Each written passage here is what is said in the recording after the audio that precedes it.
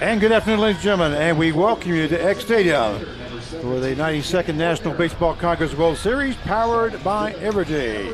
This game will feature the Seattle Blackfins versus the Junction City Brigade. The Brigade will be the home team, and the visiting team will be the Seattle Blackfins.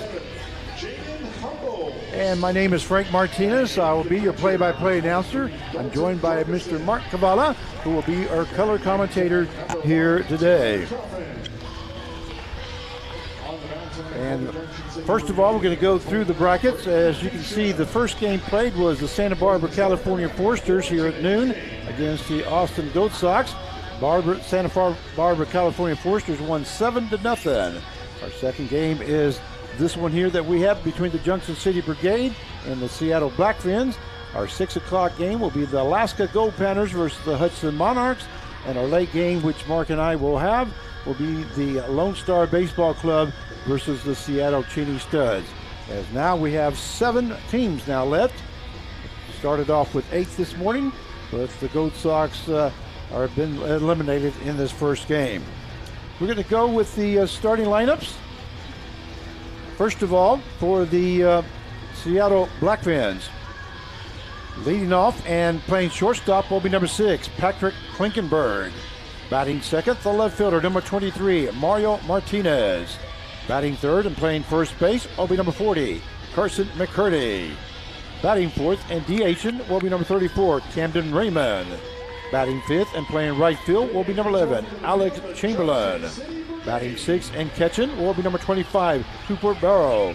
Batting seventh and playing third base will be number 18, Michael Singleton. Batting eighth and playing center field will be number 17, Jeffrey Perrin. Batting ninth and playing second base will be number 0, J.J. Abner. And pitching for the Seattle Blackfins will be number 19, Dylan Billy. The head coach for the Blackfins is Ben Anderson. And our umpires for today's game at home plate, we'll have Josh Shepis, we call him.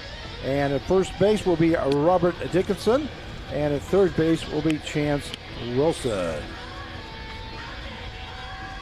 So our pitcher for the Junction City will be number 29, Braden Halshaw. All right. Well, just going to say, Frank, it's good to be back here with you again. And we look at Halshaw from Topeka, Kansas, the lefty. 6'3", 215 pounds, plays his ball at Barton County Community College. He is a junior. So the winner of this game will move on to the semifinals, which will be played tomorrow. Game time will be either 6 o'clock or 8:30 is our game times for tomorrow. And we already know the Santa Barbara, California Foresters are one of the 4 teams that will be in it.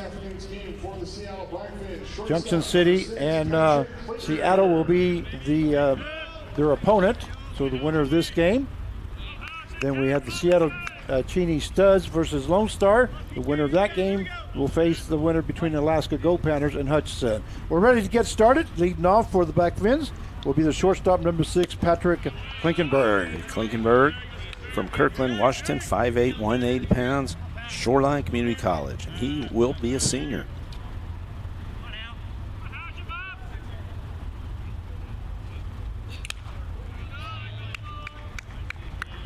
Count is 1 ball, 1 strike now to Klinkenberg. And also a left-handed thrower. The Seattle Blackfins are in the first base dugout, and the Junction City Brigade are on the third base dugout.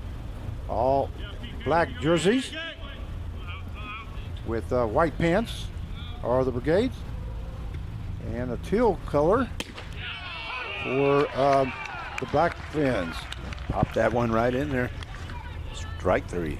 We have a strike 3, so it's a third strike looking there for Klinkenberg. Here's the pitch right down the middle. Good spot there. Yeah. So we have 1 down now here in the top half of the first inning. That'll bring up the left fielder, number 23, Mario Martinez. Yeah, Mario's from El Paso, Texas, 5'11", 205, Shoreline Community College, another Shoreline. They have that little pipeline going right there.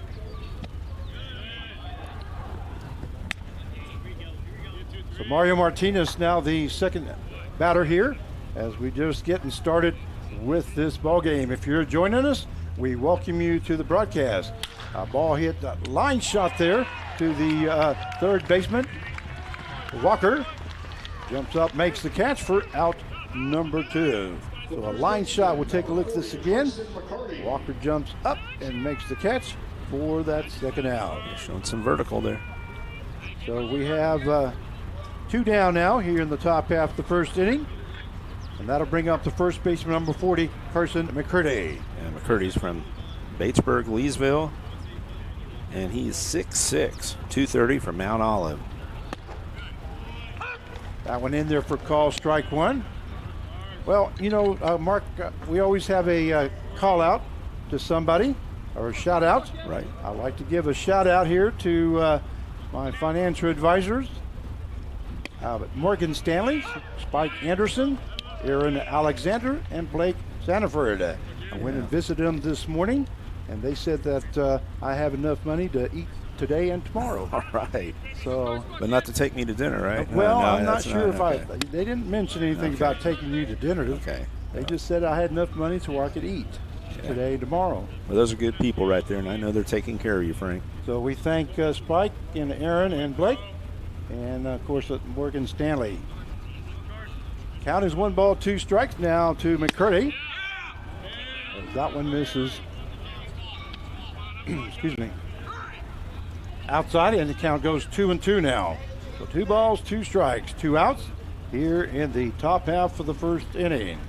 You're watching the Seattle Blackfins versus the Junction City Brigade. Winner moves on to the semifinals tomorrow. That one's fouled off there by McCurdy. And the loser's season will be over. Here's the replay. Right off the right foot there. So the count stays at 2-2. Yeah, look where he is on the mound, on the pitching rubber right there. It's more towards third base. A lot of lefties like to go more towards the first base, have that ball break. That one misses low, so the count will go full now at 3-2. Yeah, he thought it was there, yeah. And started walking off the mound.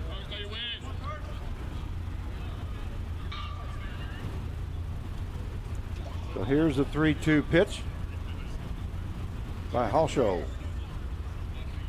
A swing and a miss there by McCurdy as he goes down swinging for out number 3. And that is the second strikeout recorded by Halshow to here in the ball game. And we'll be right back.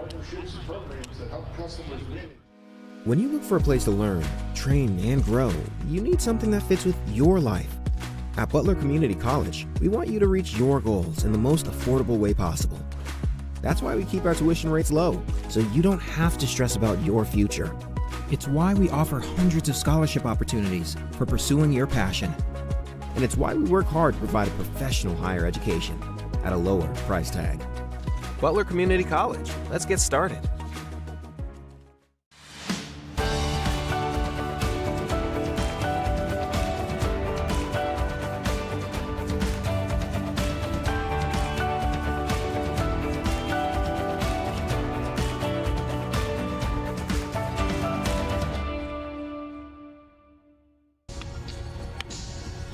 And we welcome you back here to X Stadium for the 92nd National Baseball Congress World Series, powered by Everyday.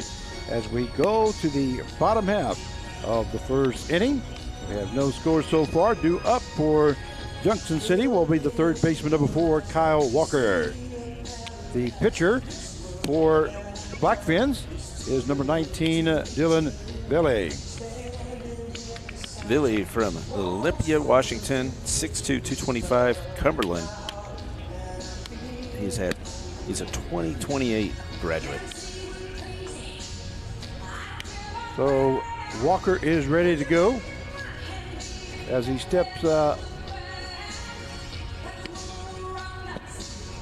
going to do the starting lineups now for the Brigade. Leading off and playing third base will be number 4, Kyle Walker. Batting second, the second baseman, number 7, Chad Patuso. Batting third and playing first base will be number 20, Braden Harpo. Batting fourth and DHing will be number 7, Cale Wertner.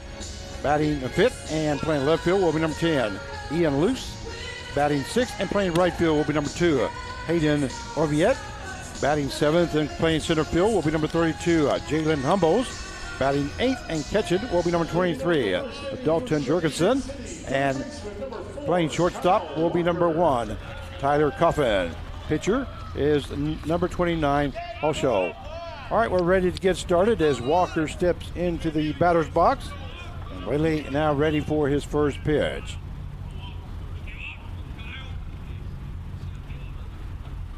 That one fouled off by Walker.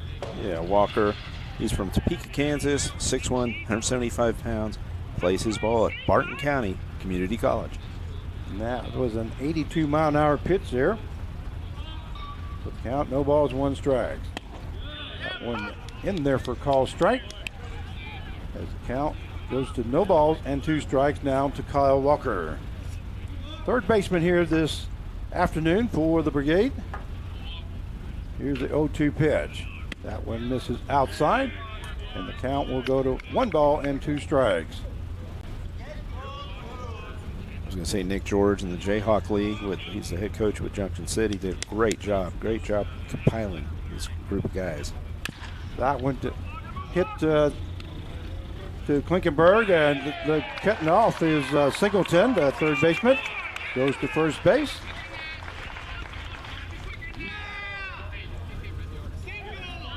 Looks like safe right there. That looked like he was safe there. Yeah, good hustle. Cut off there by good strong throw. Third baseman Singleton goes to first, but not in time. So Walker is on with a hit. That'll bring up the second baseman, number 7, Chad Patuso. Yeah, from San Antonio, Texas, 5'9", 170. Hill Junior Community College. First pitch in there for call strike 1.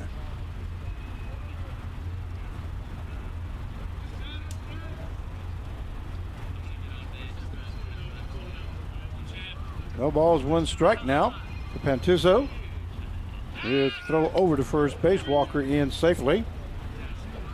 Yeah, some pretty good notes here from our good friend Mr. Hook, and you're going to have to use them because I normally the notes that I have are the stats, and was not given that today.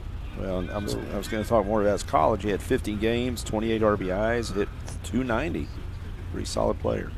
That one misses high. There goes the runner Walker to second base, and they throw him out. Nice job there by Barrow.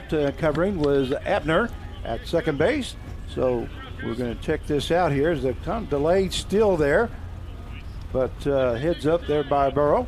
That's pretty impressive. That was so a 2-4 put out for the first out. I'd say Walker's thrown out at second base. I'd say the catcher threw him out on his knees. I know you used to do that a lot, Frank, but not quite like that. That one misses high, and the count will now go 2 balls and 1 strike. They probably didn't want you to do that back then. I remember they didn't want you catchers thrown off the knees. So the count is 2 balls, 1 strike now to Patuso. A swing and a miss there. Or it is fouled off, correction. It is fouled off, so the count goes 2-2. I'm going to start watching the video board here instead. I'm blocked off it from home plate here where we're sitting at. Yeah, you get that great view from center field, though. That's pretty good. Here's the pitch.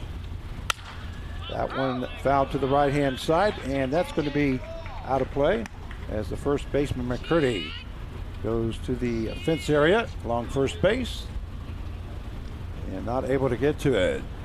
So the count stays at 2 balls, 2 strikes now to Patuso.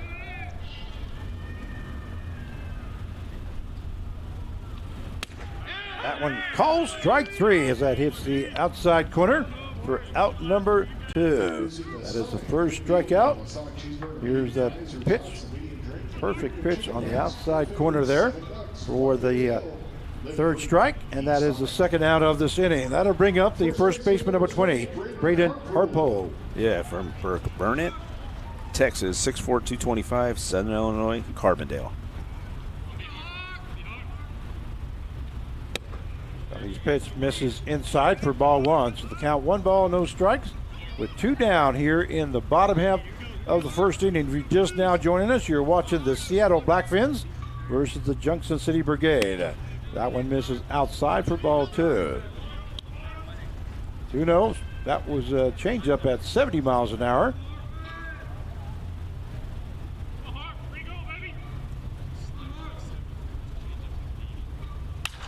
Fastball down the middle. That's fouled off by Harpo. One thing I can tell you, I mean, right here with the Vela, it's that he's around the plate. I mean, we're watching that camera like we were talking about hitting. You can see where the catcher's mitt is. That one's off. Outside. So that would take the count now to 3 balls and 1 strike. Of course, when I say it, he's going to be off. But no, the first 2 batters, he was just watching him hit that, aiming for that mitt. The big target there for the catcher. Well, this is do or die here in bracket play. Ball hit to the second baseman, Abner. Abner over to McCurdy to first base for out number 3. So a 4-3 put out if you're scoring at home for the 3rd out. And at the end of 1 inning play, we have the no score. And we're going to watch that replay as Abner goes to McCurdy for the 3rd out. And we'll be right back. It's the summer sales event with the Ford crew. Where you been, Hank? Little field research. Show them what we got. Check this out. Looks like America is loving Ford quality. And J.D. Power backs it up. Ford is #1 in new vehicle quality, and F-Series are America's best-selling trucks. Great deals, crazy good capability. America, this is what summer's all about. Get 0% APR for 36 months and $1,000 toward your down payment on select Ford vehicles, plus a complimentary maintenance plan for 2 years. A 3-topping large for just $10 at Pizza Hut? That's a big deal. With your choice of hut crust and 3 of your favorite toppings, build your perfect pizza. And for just $10, dine in, delivery, or carry out, it doesn't get much better. Order now, only at Pizza Hut. What does the $7 big deal meal get you at Sonic? The real question is, what doesn't it get you? Enjoy a full meal plus premium chicken bites for just $7. It's the $7 Sonic Big Deal Meal. And we welcome you back to Egg Stadium for the 92nd National Baseball Congress World Series, powered by Everday. Watching the Seattle Blackfins versus the Junction City Brigade as we go to the top half of the 2nd inning. Due up for the Seattle Blackfins will be the designated hitter, number 34, Camden Raymond. Camden Raymond from Ferndale, Washington. He's doesn't have his weight, all that information, but he is from Edmonds Community College. We'll see what little delay right here.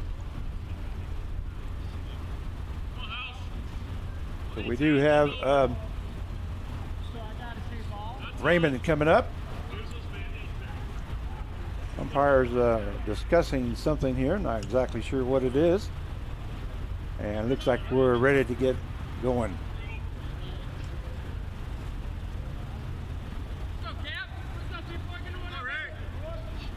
First pitch is in there for call, strike 1. Yeah, Frank, at Edmonds Community College, he had 18 games, 3 home runs. He did hit 182. So Hoschel in his 2nd inning of work here. That one in there for call, strike. As the count now goes to no balls and 2 strikes. But you and I have watched him through this tournament. I like his swing. He doesn't try to do too much. Just makes a lot of base hits up the middle. That one hit right back to the pitcher, Hoschel, and he throws it underhanded to the first baseman, Harpo. So it is a 1-3 put out for the first out here in the top half of the 2nd inning. Nice little bouncer right back to Hoschel. That'll bring up the right fielder, number 11, Alex Chamberlain. Yeah, from Falls City, Washington, 6'3", 220 pounds, Whitworth College, and he will be a senior.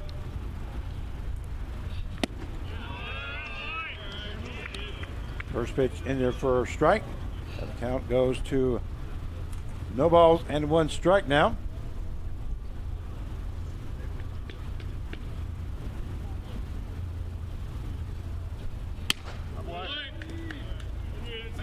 That one misses as the count now goes 1-1.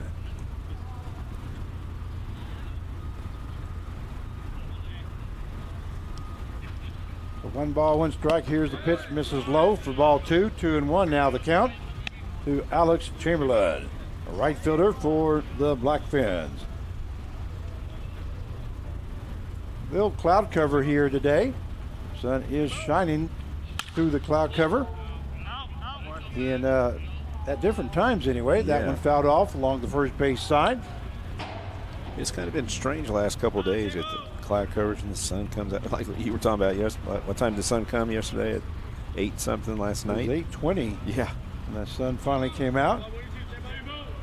It is 3:36 at 96 degrees. That one misses outside as count goes full now at 3-2. And it feels like 105. The wind is at southeast at 12 miles an hour. The time and temperature brought to you by hooksbats.com, courtesy of Todd Hook. And that deep fly ball into center field, and Humboldt makes an over-the-head catch. What a great catch there by Humboldt for the second out. We'll take a look at this again as that ball was hit well by Chamberlain, and Humboldt just kept going back, drifting back. He finally hits the warning track and makes it over-the-head catch. Great job. That'll bring up the catcher, number 25, Cooper Barrow. Yeah, Barrow from Monroe, Washington, 6 foot, 195 pounds, from University of Oregon. That one misses outside. Yeah, on that catch, Frank, I mean, think of the concentration you have to have, even though you know you're coming close. Yeah, I was going to say, he knew he was coming close to that fence. He hadn't hit the warning track yet. That one in there for a call strike. Except, I was thinking about something. The warning track and the it's all artificial turf. Right. So it's not going to feel any different, I don't believe. There's another hit ball to the center fielder, Humboldt. Comes in a couple sticks, makes the catch for out number 3. So top half of the second inning for the Blackfins. They score no runs, no hits, no errors, and nobody left on base. And we have no score. We'll be right back.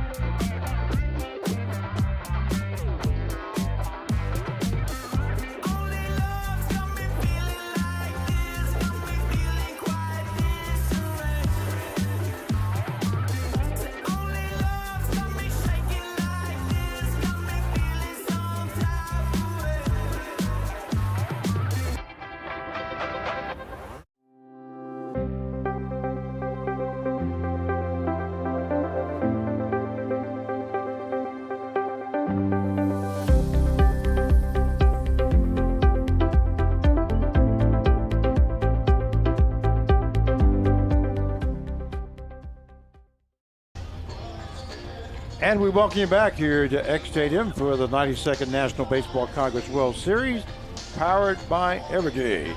As we go to the bottom half of the second inning, we have no score so far between the Seattle Washington Blackfins and the Junction City Kansas Brigade. Due up for the Brigade in the bottom half of the second inning will be the designated hitter, number 17, Kill Ortner. Order from Clive, Iowa, 6'4", 225. Plays ball at Fort Scott Community College. There's the toss there to second base, and we're about ready to get started. Pretty impressive. He had 50 games last year at Fort Scott, 45 RBIs, and hit 293. That's a solid spring. Solid spring it is. So Ortner steps into the batter's box, and Delay is ready to get started with his second inning. Here's the pitch. That one misses high for ball 1. That was at 76 miles an hour. So far the stats, he's batting 143. He's 2 for 14, has 1 home run, 5 RBIs. And that one misses for 2-0 now, the count.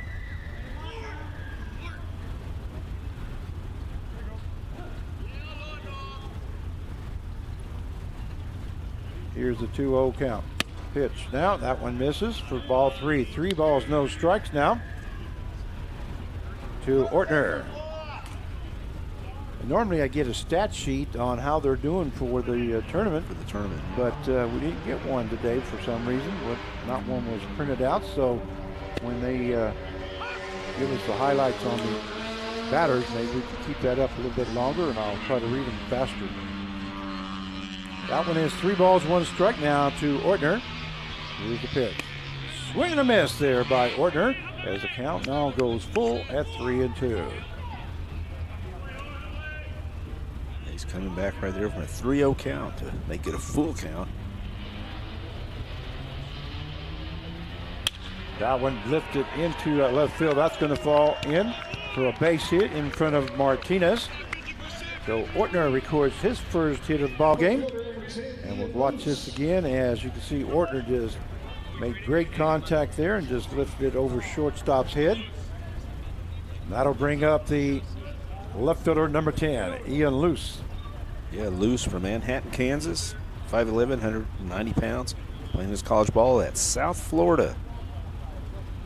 So Ortner's on at first base. That one in there for call strike 1. I believe that's at 81 miles an hour pitch there. Well, he played 2 years at Cali County. He played this year at Washburn. Comes in batting .556 here in the World Series. A swing and a miss there as the count goes 0-2 now to Luce. He had 51 games, Frank, this spring. He, at Washburn, he hit .417 with 51 RBIs. 0-2 pitch now. Call strike 3. And Luce goes down looking for out number 1.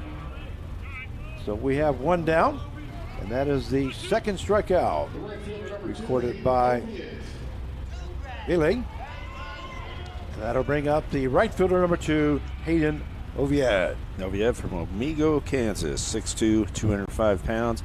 Playing ball at Barton County Community College. Turns around like he's going to bunt. Oviet comes in batting .286 as he's 4 for 14, has 1 home run at 1 RBI, 2 runs scored, 4 strikeouts, 4 stolen bases, and he's been hit by a pitch. And we thank the truck out there for keeping that up there just a little bit longer so I can read that. There we go. The ball hit to the shortstop. Finkenberg goes to Abner at second base for the forced out. So we have a 6-4 put out at second base. Ovied reaches on a fielder's choice. That will bring up the center fielder, number 32, Jalen Humbles. We're going to watch this replay as Finkenberg went behind second base and Abner covered for the forced out at second. Yeah, Humbles made that great play from Arlington, Texas. 6'3", 185. Southern Illinois, Carbondale. Hard hit ball there by Humbles. Drives that into a left field, and that's going to be in for a base hit. That is the second hit of the ball game here in this inning, I should say. The third hit for the Junction City Brigade. So Humbles records his first hit of the game. That moves Oviet to second base. That'll bring up the catcher, number 23, Dalton Jorgensen. Jorgensen from Leavenworth, Kansas, 5'10", 195 pounds, also from Barton County Community College. So we have runners on at first and second with 2 down now here in the bottom half of the second inning. No score between Seattle Blackfins and Junction City. The ball lifted over the second baseman's head. That's going to fall in for a base hit. Rounding third base is Oviet. Moving to third base is Humboldt. And the score is 1-0 now in favor of the Junction City Brigade. Nice piece of hitting there by Jurgensen as he lifts that into right center field. And he gets a base hit and an RBI. Oviet scored, and ended up at third base is Humboldt.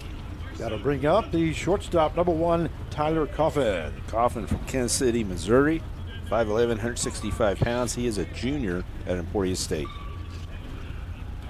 So we have 2 down now with runners at the corner here in the bottom half of the second inning. Coffin takes that first pitch, ball 1. He comes in batting .167, has gone 2 for 12, 3 runs scored, a base on balls, 3 strikeouts, and 3 stolen bases so far here in the World Series. Here's the pitch. Swing and a miss there by Coffin. Count will go to 1 ball, 1 strike. Yeah, good cut right there, just missed it. So we have Humbles at third base and Jurgensen on at first as he just recorded a base hit and an RBI. 2 down. 1-0. A bunt attempt there by Coffin. It's fouled off. That will take the count to 1-2. Actually, that's a pretty good idea because you had third baseman playing back. They played double. Actually just trying to. Everybody's playing back right now in the defense. If you could execute that, he probably would have gone on with his speed.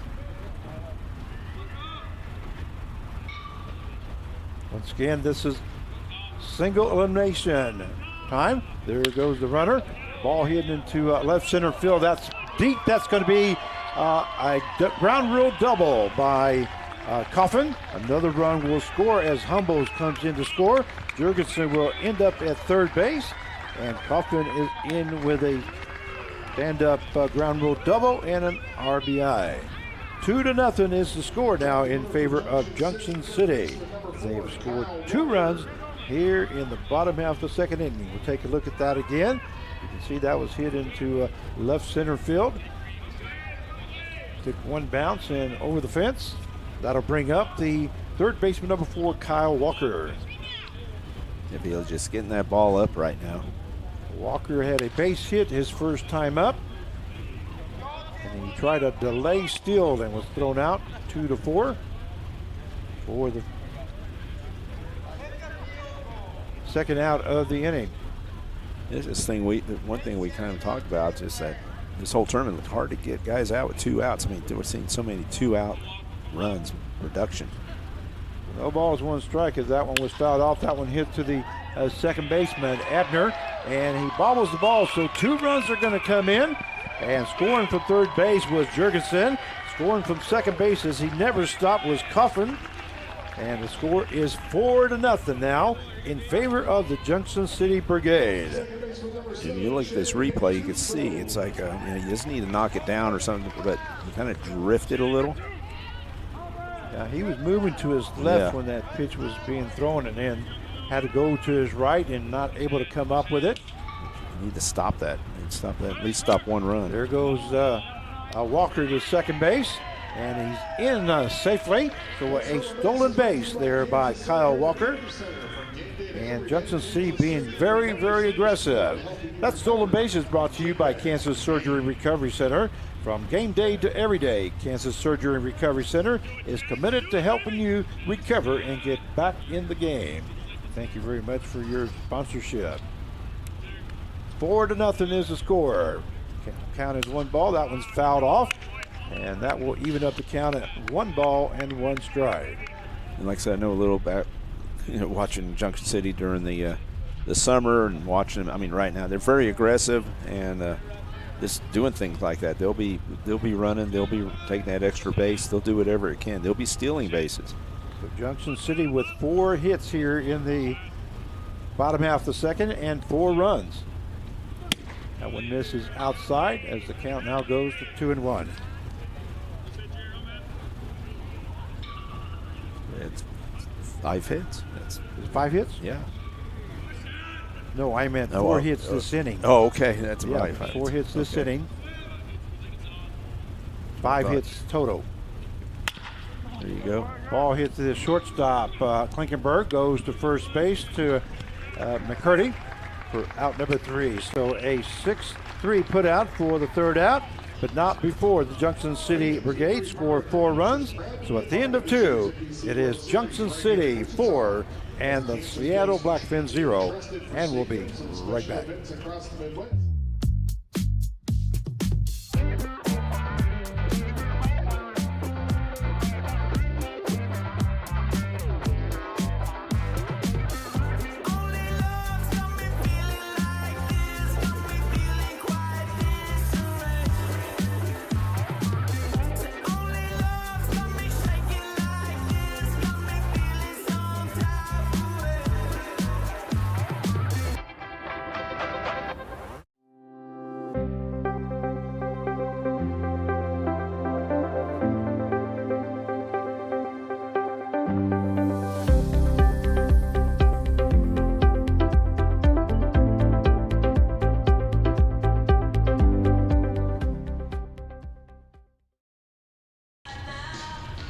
And we welcome you back here to X Stadium for the 92nd National Baseball Congress World Series, powered by Everday. The score is 4-0 in favor of the Junction City Brigade, as they just scored 4 runs on 5 hits, no errors, and 1 left on base in the bottom half of the second inning. Due up for the Seattle Blackfins will be the third baseman, number 18, Michael Singleton. Yeah, Singleton from East Wenatchee, let's say Washington. 6'2", 190 pounds, and he plays his ball at Spring Hill. He will be a senior. And Hoschel is ready for his 3rd inning of work. Would you say that's Wenatchee, Frank? What would you say? I am good to believe. As I say, I always like some of the names up there, just pronunciation of some of them. Here's the first pitch. That one misses outside for ball 1 and high to Singleton. Singleton is looking for his first hit here in the World Series, as he's 0 for 8. That one misses outside, and the count 2-0.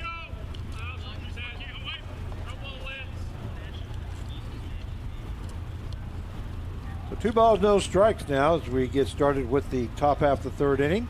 That one fouled off by Singleton. And we're going to see what he does right now with the Hoschel with the 4-run lead. Obviously, come right after the hitters. That one misses inside, so the count goes 3-1 now. Now we got a pretty good cloud cover here at X Stadium, Tyler Field, on the campus of Wichita State University. Here's the pitch. Matter of fact, Spike Anderson played ball here. Yep. I've known Spike a long time, yeah. Yeah, I told him I was going to be doing the broadcast with you, and started laughing, probably. Yeah, he started Yeah, laughing. that's Spike. No.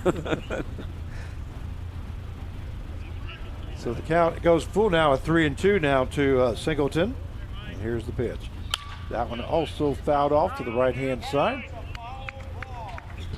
Yeah, like I said before, I've known him a long time. I actually recruited him.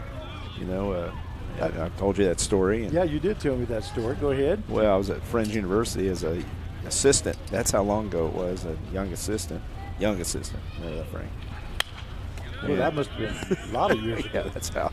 So anyway, I go out to talk to him. So I don't know if we're dating him or dating you. No. So I talked to him after the game. I liked him. Went and watched him. Said, hey, man, we're trying to recruit, trying to get things going at Friends. And sorry, Coach, I've already signed with Wichita State. Oh, okay, well, I'll be watching you.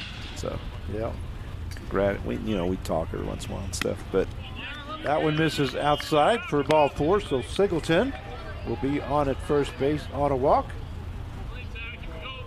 And that'll bring up the center fielder, number 17, Jeffrey Perrin. Perrin from Woodinville, Washington, 6 foot, 195 pounds, from Edmonds Community College. Perrin comes in batting .222 as he's 2 for 9, has 2 strikeouts, and he has been hit by a pitch so far here in the World Series.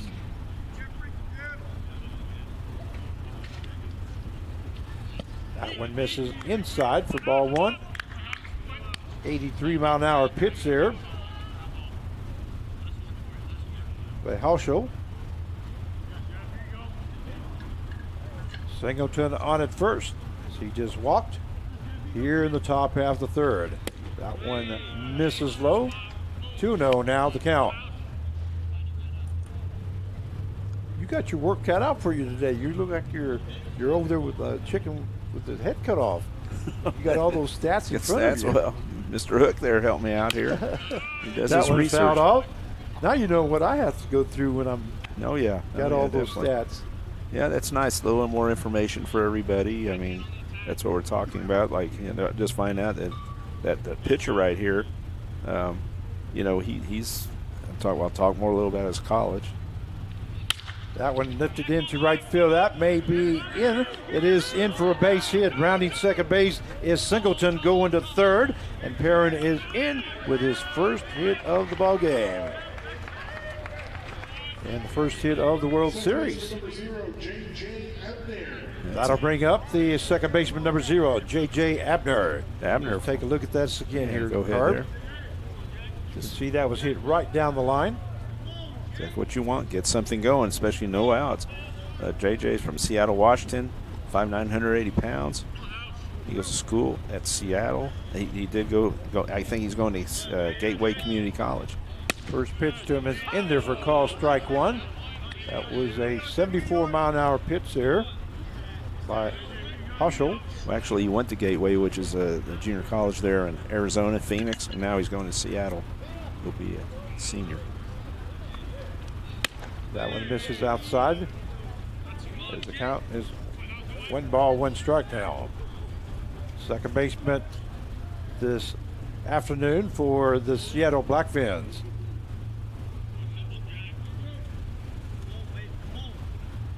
Here's the pitch. A swing and a miss there by Ebner as the count now goes 1-2. You got to look at Mr. Hook. I mean, he's an educator. We know he's in education, and he definitely educates us with all these stats. Todd and I were talking about that before the first ball game, and here's the pitch now. That one misses low as the count will even up at 2-2. We were talking about how much prep work it takes to do a broadcast.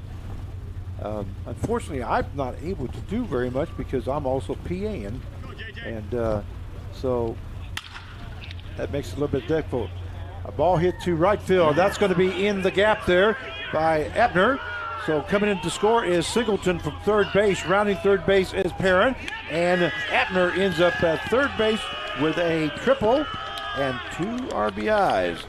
The right fielder, Oviette, was just not able to get to it. Well, from our angle, I thought he had it. Again. I mean, look at this ankle right here. Just look at this. You look at it, there's the ball, and I thought he had it right there. Yeah, I thought Oviette was going to get to it, but next thing you do is see that ball bouncing towards the fence. And a good hustle by Humbles there to back him up. So 2 runs have scored now. And the score is Junction City 4 and Seattle Blackfins 2. There's a ball hit to the first baseman. Oh, no, that's Harpo. Yeah. And a run will score, so Abner comes in to score from third base.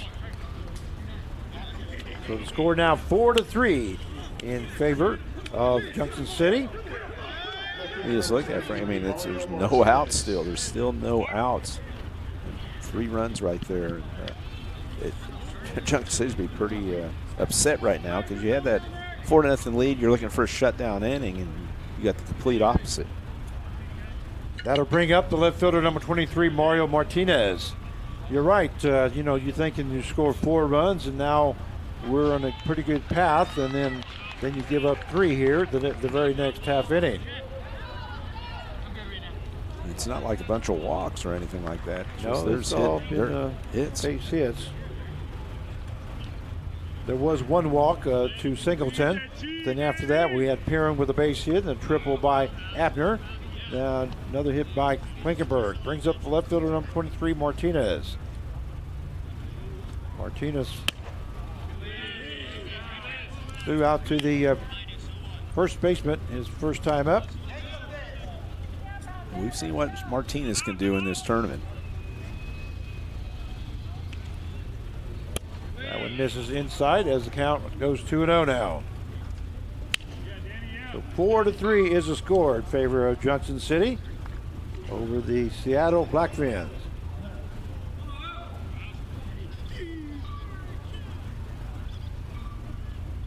Here's the pitch.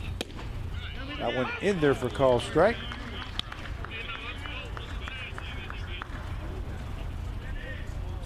Count goes 2 balls, 1 strike now. Klinkenberg at first base with no out. Here the top half of the 3rd inning. A swing and a miss there by Martinez. And that will even up the count now at 2-2.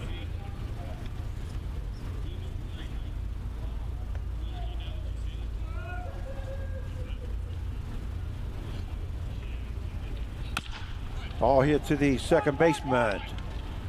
Cantuso goes over to first base for out number 1. So a 4-3 put out. Moving over to second base was Klinkenberg. See this bouncer, big bounce there. So Tuso was not only be able to make one play, and that was the first base, as he had to run in the infield there. Got to bring up the first baseman, number 40, Carson McCurdy. But what he did was right. Get the ball in the air while you can. There's no bad bounces in the air. But what Martinez did, even though he made that out, now you have a runner in scoring position to tie up this game. So he did a good job there of getting him over. So 4-3 is the score with the runner on at second base, Klinkenberg. He recorded a base hit and an RBI. That went in there for call strike, and that will even up the count now at 1-1.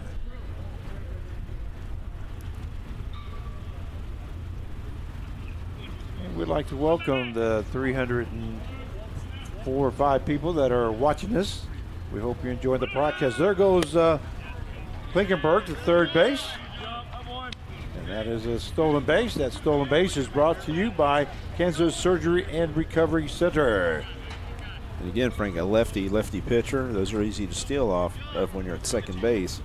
You have your bat, he has it back to you. 1 ball, 2 strikes. Ball hit right back to the pitcher off his glove. He's got one play, and that's the first base.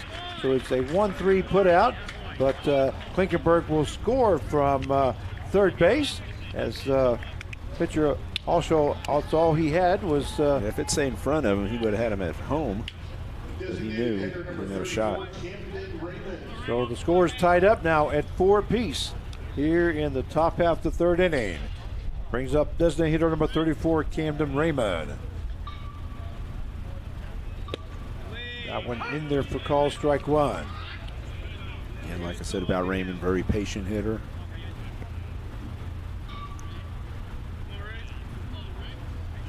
Raymond grounded out to the pitcher on a 1-3 put out as he made the first out to start off the second inning.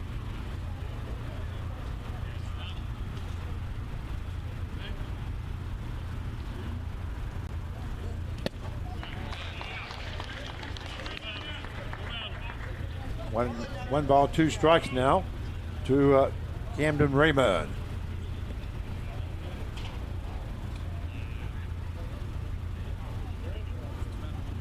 And here's Osho's pitch. That one misses outside.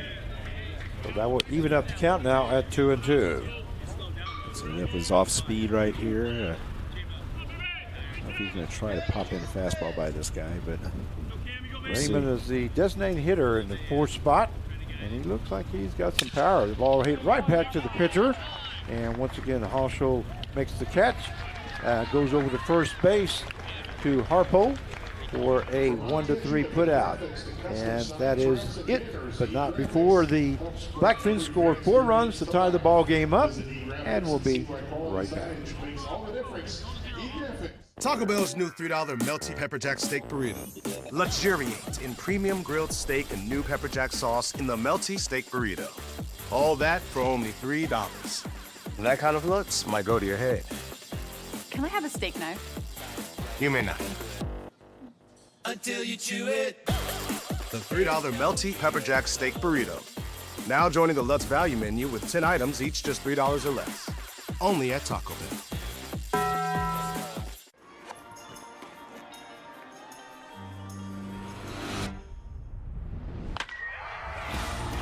Live for the bases loaded. For the full counts. You got this. Live for the away games. For the strikeouts. Oh, Live for the high fives, the pop flies, and the moonshots. That's my girl.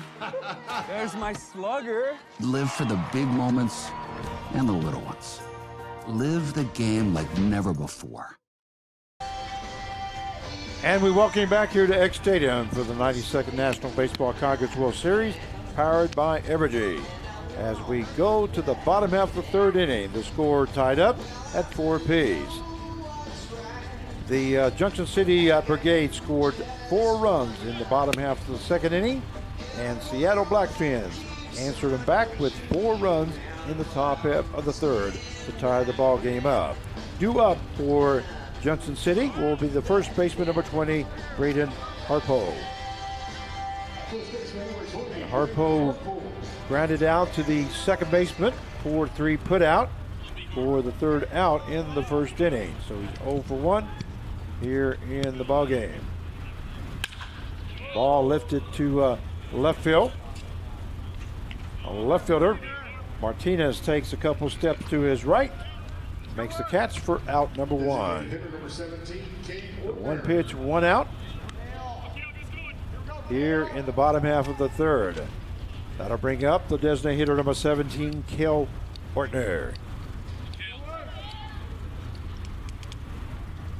Ortner had a base hit in the second inning, his first time up to the plate. He was forced out at second base on a 6-4 putout. Here's the 1-0 pitch. A swing and a miss there by Ortner. And that will even up the count now at 1-1. Again, he has some power, 6'4", 225. He hit 15 home runs at Fort Scott Community College. That one that misses outside. 2-1 now the count. We have some people joining us on YouTube.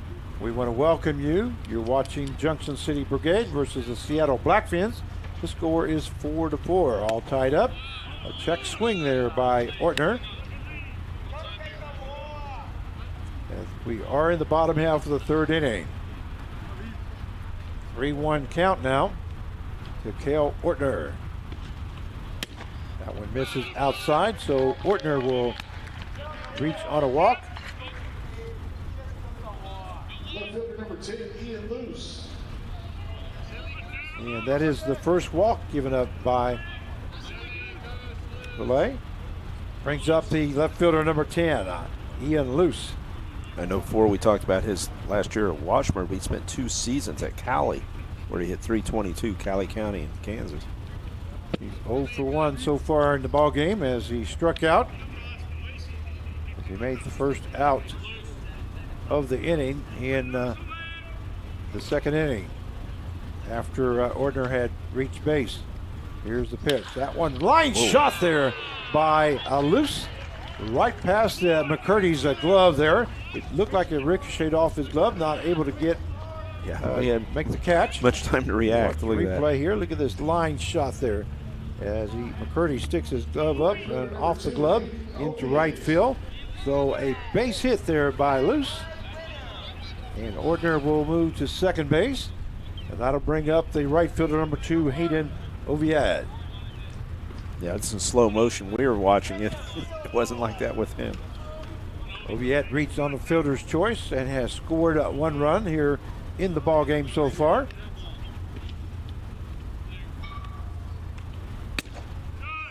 Pitch to Oviad is outside for ball 1.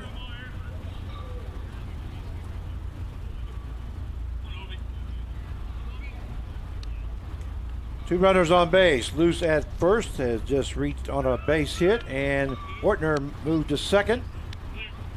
He got on first of all by a walk, check swing there, but the shortstop Klinkenberg comes in, goes over to first base to McCurdy for out number 2.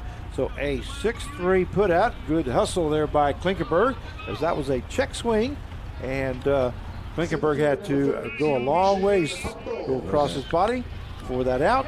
Moving over to the third base was Ortner, and Luce over to second base. And that's always a tough play too, and to throw it accurately. I mean, right there, that was right there.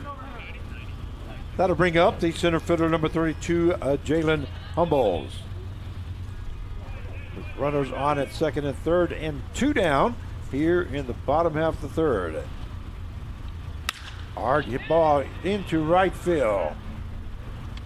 And back, there's the right fielder Chamberlain makes the catch for out number 3.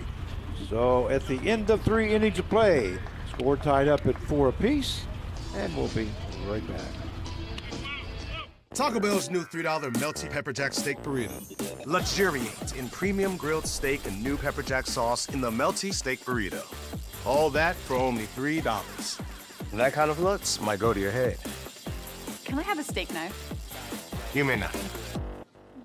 Until you chew it. The $3 melty pepper jack steak burrito. Now joining the Lutz Value Menu with 10 items, each just $3 or less. Only at Taco Bell.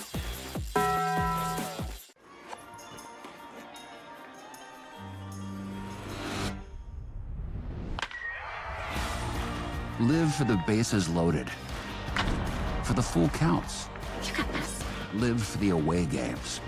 For the strikeouts. Oh, man. Live for the high fives, the pop flies, and the moonshots. That's my girl. There's my slugger. Live for the big moments and the little ones. Live the game like never before.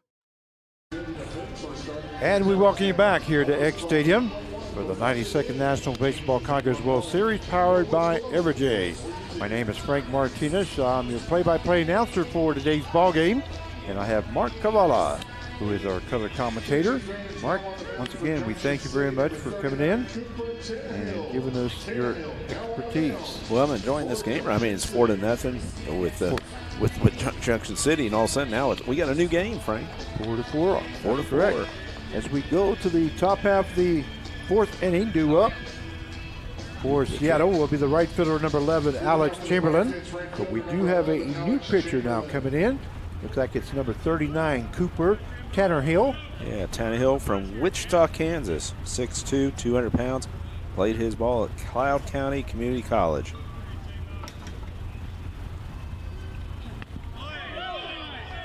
So Tannerhill hits the first batter.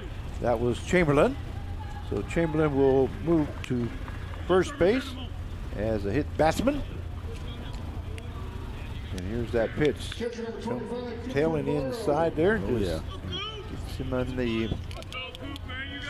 lower back area. Yeah. Know how to turn, though. He turned right. Brings up the catcher, number 25, Cooper Barrow. Swing and a miss now. The count goes 0 balls and 1 strike.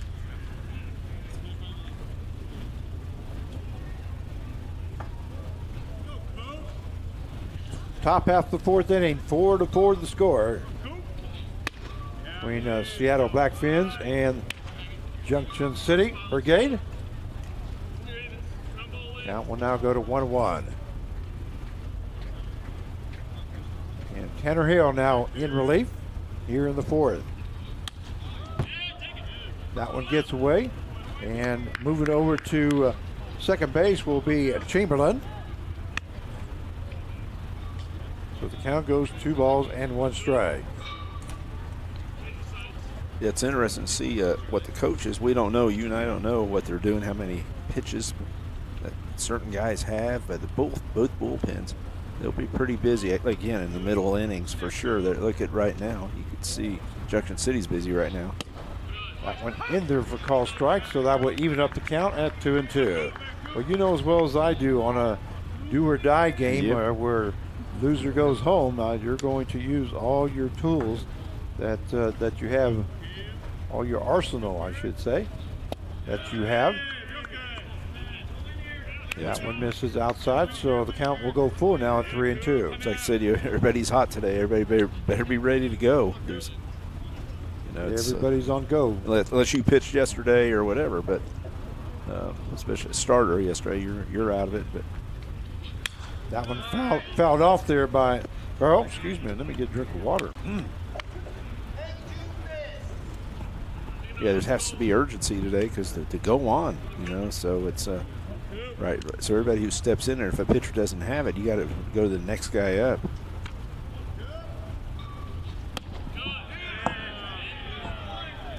And that is ball 4. Barrow will go to first base on a walk. And it's not the way Tannerhill wants to get started, as he hit the first batter, walked the second one. That'll bring up the third baseman, number 18, Michael Singleton. Singleton walked his last time up, and he scored a run.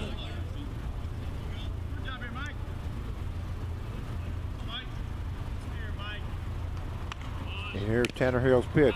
That one attempted bunt there by Singleton is fouled off. Smart thinking, trying to get the runners over. So both runners will head back to their bases. Chamberlain back to second. Earl back to first base. You can see he squared around, but just didn't get the ball out front of home plate. Might try it again. We'll see here. And that one also fouled off, so the count goes 0-2. So no balls, 2 strikes to Singleton. And we have no out. We'll see what coach has. I mean, believe me, ask some of my players, 2 strikes, we're still going to bunt a lot of times. Not every time, but a lot of times.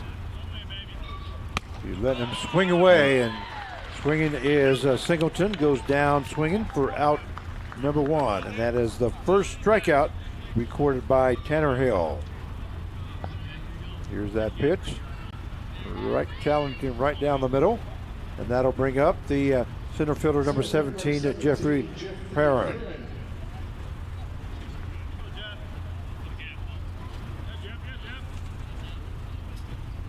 Here's Tanner Hill's pitch. That one misses high for ball 1. It was 87 miles an hour, looks like.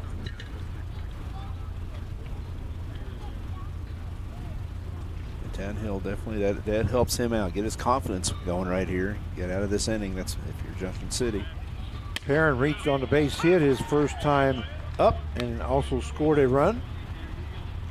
And again, that's what you and I were talking about as a pitcher, the mentality. You get that first out, kind of settle in a lot. If you don't, it could be a long inning. But 1 ball, 1 strike, 1 out.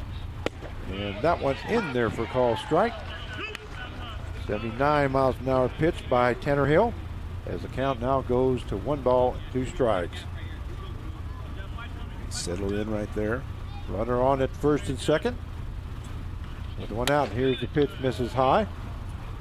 And that will even up the count now at 2-2.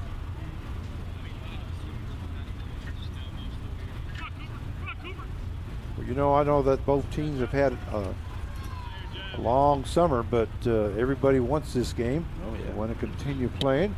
There's a swing and a miss there by Perrin as he goes down swinging for out number 2. And that is the second strikeout recorded by Cooper Tanner Hill. See the pitch right here.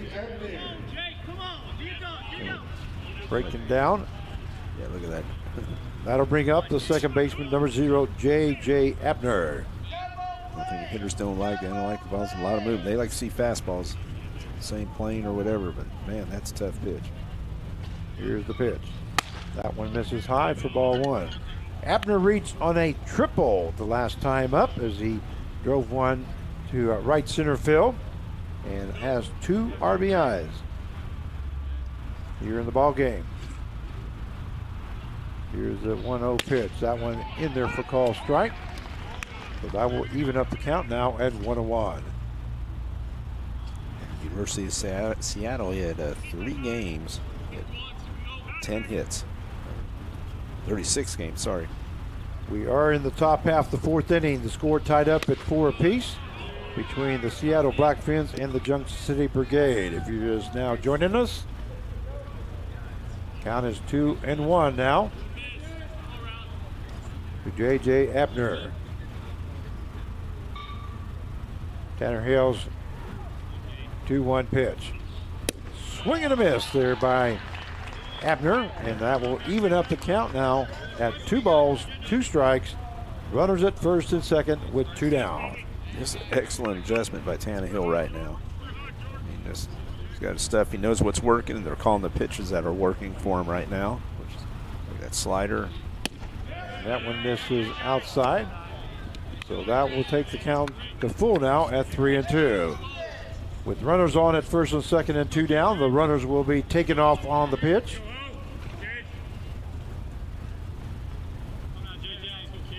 Here's the 3-2 pitch. There goes the runners. Call strike 3 as Abner goes down looking, and Cooper Tanner Hill strikes out. Yeah.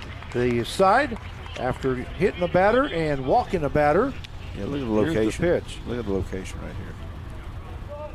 Wow. Okay. It's the summer sales event with the Ford crew. Where you been, Hank? Little field research. Show them what we got. Check this out. Looks like America is loving Ford quality. And J.D. Power backs it up. Ford is #1 in new vehicle quality, and F-Series are America's best-selling trucks. Great deals, crazy good capability. America, this is what summer's all about. Get 0% APR for 36 months and $1,000 toward your down payment on select Ford vehicles, plus a complimentary maintenance plan for 2 years. While you sleep, it's time to raise up, show that evil we ain't weak. We don't turn the other cheek. I can show you how to be strong. Come on, follow me. Heard you looking for a hero. Well, look up.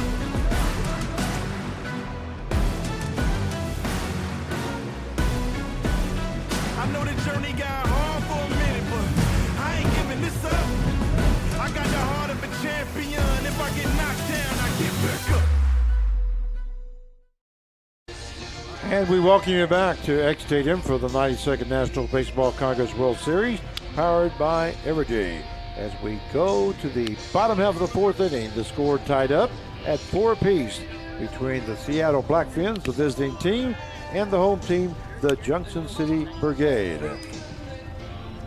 Junction City scored 4 runs in the bottom half of the second inning, and Seattle Blackfins came back and scored 4 runs in the top half of the third inning to tie the ball game up. Due up now for Junction City will be the catcher, number 23, Dalton Jurgensen. Jurgensen reached on a base hit his first time up. He also recorded an RBI and a run scored, all happening there in that second inning. First pitch is fouled off by Jurgensen.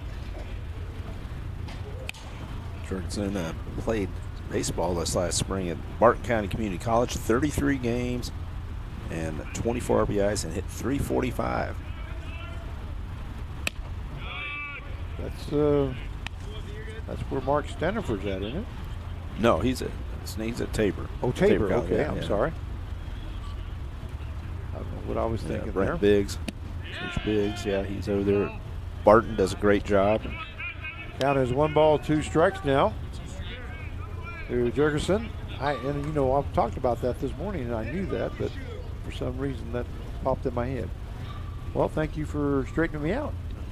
There's a fouled off as the count still at 1-2.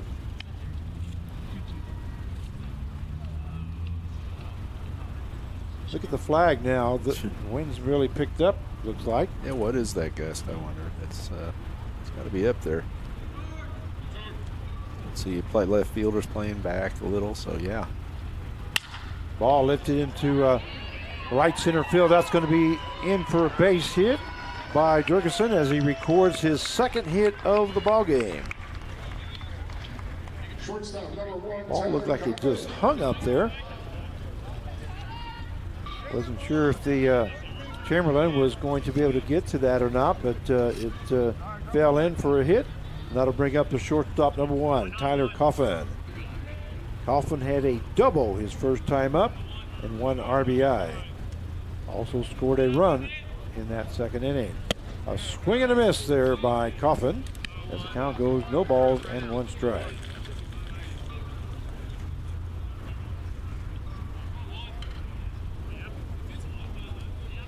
The runner on at first base with no out here in the bottom half of the fourth for Junction City. Squares around the bunts, but it's outside. So the count will go to 1-1. Just going to see the strategy, what's going to go on here. No outs. Ready to get the leadoff on. That one misses high and outside. For ball 2, 2-1 now the count. Well, I stepped outside just a little bit ago, and boy, the humidity is really something else. And you can see it on the home plate umpire, Josh Shepis. That ball lifted to right field. Chamberlain moves to his right, gets under it, makes the catch for out number 1. At least they're not wearing black today, Frank. I know. Yes, I noticed that. You were talking about that they get to pick, right? Yeah. They're wearing the blue shirts with the gray pants. That's the umpires we're talking about. That'll bring up the third baseman, number 4, Kyle Walker. Yeah, the other day when the temperature was 107 or 104, whatever it was, and then the heat index 117, and the umpires were wearing black, I thought to myself, my goodness, I'd have wore the blues. That ball hit to the shortstop, Klinkenberg. Klinkenberg goes to Abner for the force out at second base. Yeah, it looked like he didn't have the grip or something. Maybe you can see this. Now watch, second baseman. Now watch. Yeah, he didn't quite come up with that cleanly on the delivery there to first base. So we have a 6-4 put out and a fielder's choice that bring up the second baseman, number 7, Chad Pantuso. The 0 for 2 as he struck out his first time up and grounded out to the shortstop in the second inning on a 6-3 put out. We do have 2 down with a runner on at first base.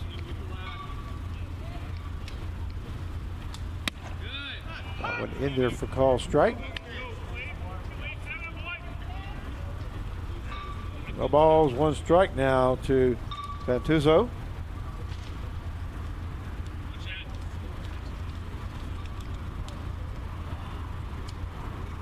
Here's the pitch. That one misses outside. That will even up the count now at 1-1. Yeah, Pantuso played at college, 50 games, 28 RBIs, 3 home runs, 11 stolen bases, hit .290. Pretty solid season. Score tied up at 4 apiece here in the bottom half of the 4th inning. The ball lifted to the right fielder. Right fielder Chamberlain gets under it, makes the catch for out number 3. So at the end of 4 innings of play, score tied up at 4 apiece, and we'll be right back. It's the summer sales event with the Ford crew. Where you been, Hank? Little field research. Show them what we got. Check this out. Looks like America is loving Ford quality. And J.D. Power backs it up. Ford is #1 in new vehicle quality, and F-Series are America's best-selling trucks. Great deals, crazy good capability. America, this is what summer's all about.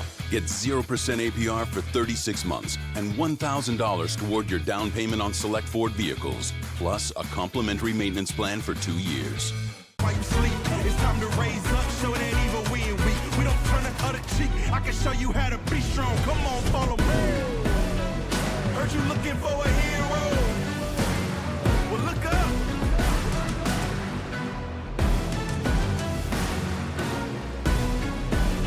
I know the journey got hard for a minute, but I ain't giving this up. I got the heart of a champion. If I get knocked down, I get back up. And we welcome you back, and we want to show you the strikeouts that Tanner Hill had as he hit the first batter and then walked the second and then came right back and struck out the side to get out of the inning. So great job there by Cooper Tanner Hill. Once again, we're back here at X Stadium for the 92nd National Baseball Conquerors World Series, powered by Everjade. As we move to the top half of the 5th inning, the score, the Seattle Blackfins 4 and the Junction City Brigade 4. Due up now for Seattle will be the shortstop, number 6, Patrick Klinkenberg.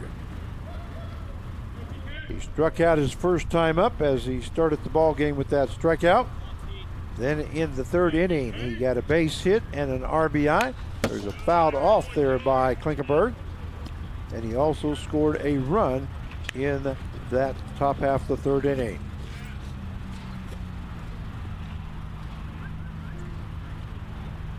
So he's 1 for 2 here today. Count, no balls, 1 strike. Here's the pitch. That one, a bunt attempt down the third base side. It's going to go foul. So 0-2 now the count to Klinkenberg. See how that ball bounced. That was like a metal bat, how far that bunt went right there. While you were gone there, we showed the sequence on the strikeouts that Tanner Hill had. Oh, yeah. After he hit the first batter and then walked the second. That one fouled off, so the count stays at no balls, 2 strikes. And it's all about adjustments. And he made some adjustments right there and did a great job to get out of that. By the way, when Tannerhill came in, we didn't get a chance to do the call to the bullpen. I'll do that now. When Tannerhill comes in, that call to the bullpen is brought to you by Kansas 811. Whether you're planting a tree, building a fence, or starting your next project, always call 811 before you dig. And thank you to our sponsor there for that call to the bullpen. And I apologize about not getting that in. I just thought about that. Count is 1 ball, 2 strikes. Yeah, Tannehill, another Wichita kid, came from his hometown, Wichita, watched this NBC and probably when he's younger, dreaming about being on that mound right there, and there he is. It misses low, so that will even up the count now at 2-2. He's had a really fine program there at Cloud County Community College. That one hit hard into left field. Moving back is a loose. Drop to the wall. Not going to be able to get to it. And that is off the wall by Klinkenberg. Klinkenberg going to third base. Here's the throw. And not going to be in time. And it's going to be a triple by number 6, Patrick Klinkenberg, to start off the top half of the 5th inning for the Seattle Blackfins. Yeah, look at that. I mean, especially with the wind. That ball just kept going. Look at this. Luce kept going back, and he jumps just a little early, and that went right over his glove, off the wall. So Klinkenberg is standing at the third base with no out, and that'll bring up the left fielder, number 23, Mario Martinez. Good throw right there at third base. Klinkenberg records his 2nd hit here in the ball game. Yeah, Martinez, who we've seen before, we know the punch that he has. He lined out to the third baseman and grounded out to the second baseman. There's a hard hit ball by Martinez, and that's going to be in left field for a base hit. Coming in to score is Klinkenberg. So Martinez records his first hit of the ball game. So we know that Martinez has some power. I just think it's interesting. He had 3 home runs all spring, and he has 3 here in this NBC. That'll bring up the first baseman, number 40, Carson McCurdy.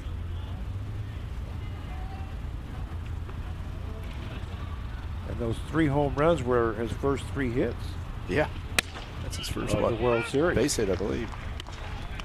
That one in there for call, strike 1. So the count, no balls, 1 strike now to McCurdy. McCurdy struck out in the first inning, and then hit a ball to the pitcher on a 1-3 put out, but had an RBI as runner was at third base. Count is no balls, 2 strikes now. You have no out here in the top half of the 5th. 5-4 now the score in favor of the Seattle Blackfins as they just scored a run. Started off by Klinkenberg hitting a triple, and then a base hit to left field by Martinez and an RBI. That one misses outside for ball 1. So the count goes 1 ball, 2 strikes now to Carson McCurdy. You have the old bullpen going again there for Junction City. They're going to use everybody they can because, like I say, it's do or die. It's bracket play after pool play that we had most of the week. So now it's single elimination. If you win, you move on. If not, you go home. And here's the 1-2 pitch. That one's fouled off there by McCurdy. And as a matter of fact, we already know who the winner will be facing. Junction City and the winner between Junction City and Seattle. They'll be facing the Santa Barbara, California Forsters sometime tomorrow. Either the 6 o'clock game or the 8:30 game.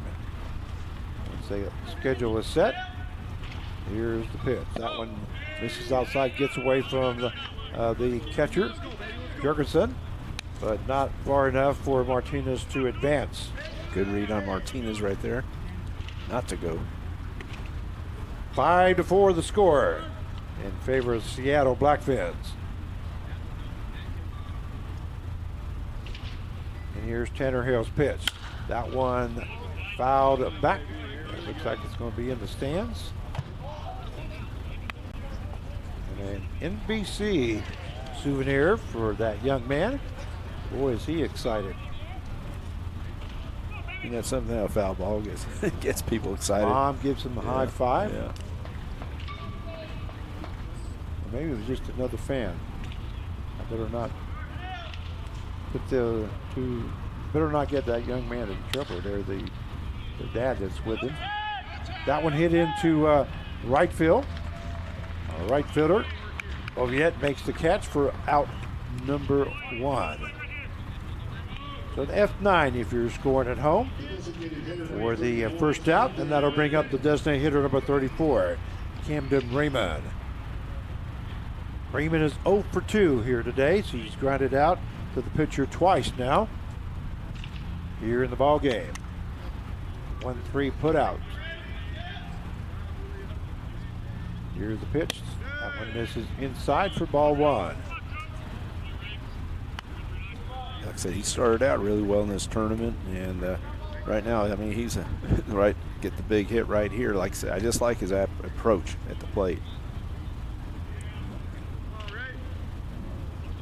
That one misses, and that one did hit Raymond. So he will be going to first base as a hit batsman. And Martinez will move over to second base. Here's that replay carve. As you can see, it must just barely nicked him. Yeah, it's hard to tell, can't it? The umpire said, yeah, you got him.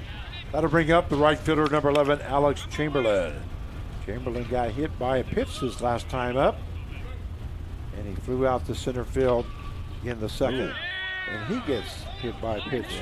They have somebody in the bullpen. I'm trying to see the number. So that is the second time in a row that Chamberlain has been hit by a pitch, back-to-back times to the plate.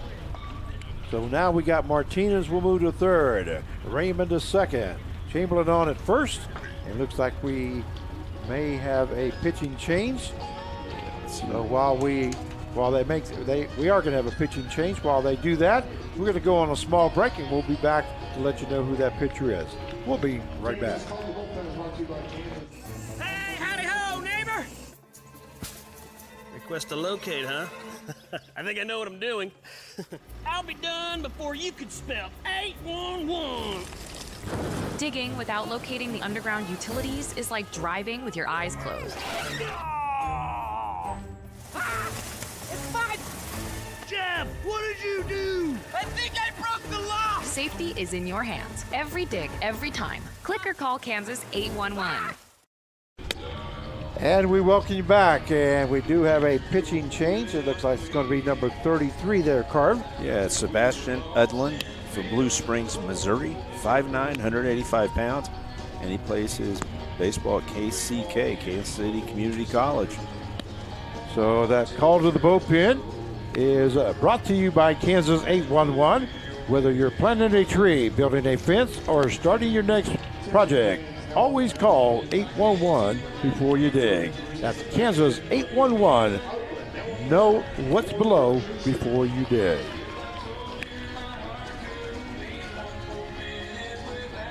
So number 33 now coming in.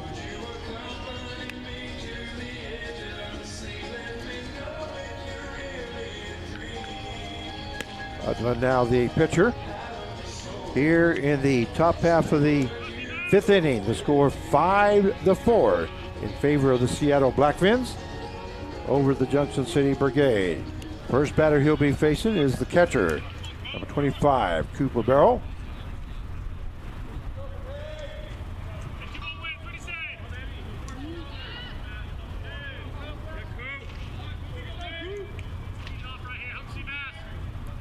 Udlin's first pitch. That one misses outside for ball 1.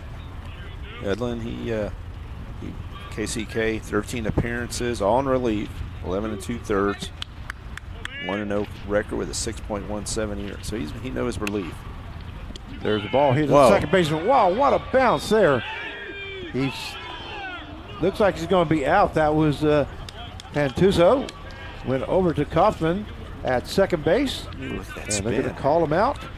But another run scores as Martinez comes in from third base. Raymond moves to second. And Burrow hit that ball. And when it hits the turf, watch this spin on this ball. Whoa. That second baseman was moving to his left because that's where he thought it was going to be. And all of a sudden, they went right. So Barrel reaches on a fielder's choice. That brings up the third baseman, number 18, Michael Singleton. I was going to say Junction City's pretty fortunate to get that out. Yep, 6-4 now is the score in favor of Seattle. Yes, I agree with you there. That one misses outside, and the count will even up at 1-1. Maybe he didn't take that much of a bounce, but that second baseman sliding, trying to stop there, sure looked like the ball just took a bounce to his right. Well, I thought he was in direct line with it, and then all of a sudden, it had that slight, which threw him off. So we have 2 down now. There goes the runner, Barrel to second base, and a swing and a miss. That is the third out. So at the end of the top half of the second inning, the Seattle Blackfins scored 2 runs, and it is 6-4 in favor of Seattle, and we'll be right back. At Evergy, we're focused not just on what we power, but on who we power, right here in our community. We provide payment assistance to our neighbors who need it. Invest in organizations and people, creating opportunity for all to benefit. And volunteer our time around our hometown so that together we improve it, because we're committed to spreading good energy throughout our community. Evergy, the utility company.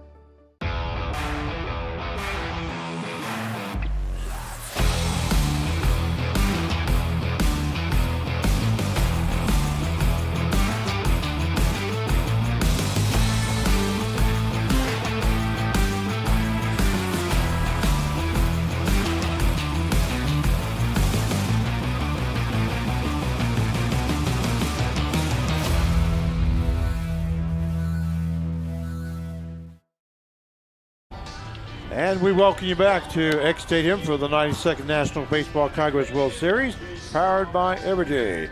You're watching the Seattle Blackfins, who are up 6-4 over the Junction City Brigade as we go to the bottom half of the 5th inning. And before we get started with the bottom half of the 5th inning, why don't we give a little shout out to the Butler Community College crew that's broadcasting this game for us. Mark, aren't they doing a great job? They always do. They make us look good, everything. I mean, they're right on top of it, too. Some of the shots that they have are just unbelievable. So we thank the camera crew and then those people in the truck, and we appreciate your hard work. I felt sorry for them around the clock doing that. Yeah, they were right on that. All right, first batter is the first baseman, number 20, Braden Harpole. First pitch is in there for a call strike as the count goes no balls, 1 strike. That one in there for call strike. 77-mile-an-hour pitch. And that now takes the count. No balls, 2 strikes.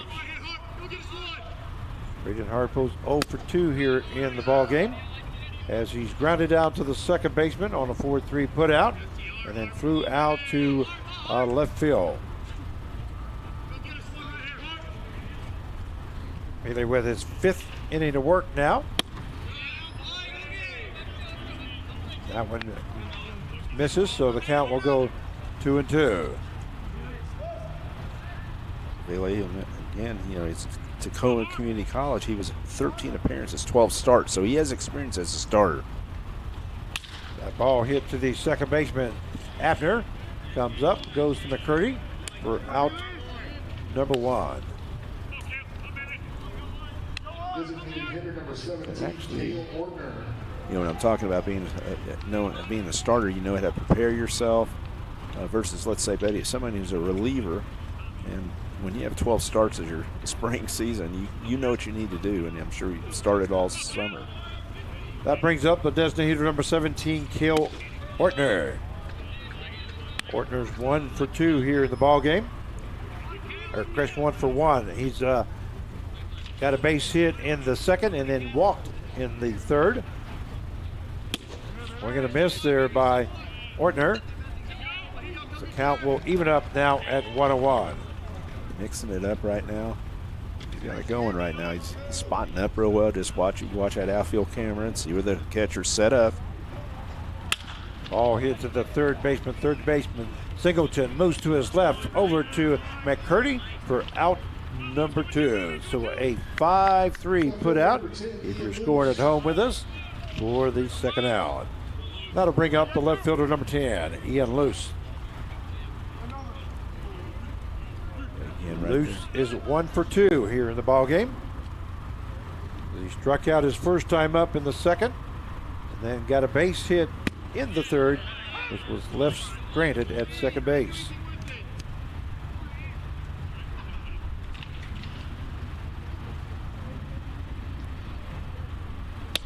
That one misses inside, so the count goes 1 ball, 1 strike now. Yeah, Luce with his Cali County helmet on.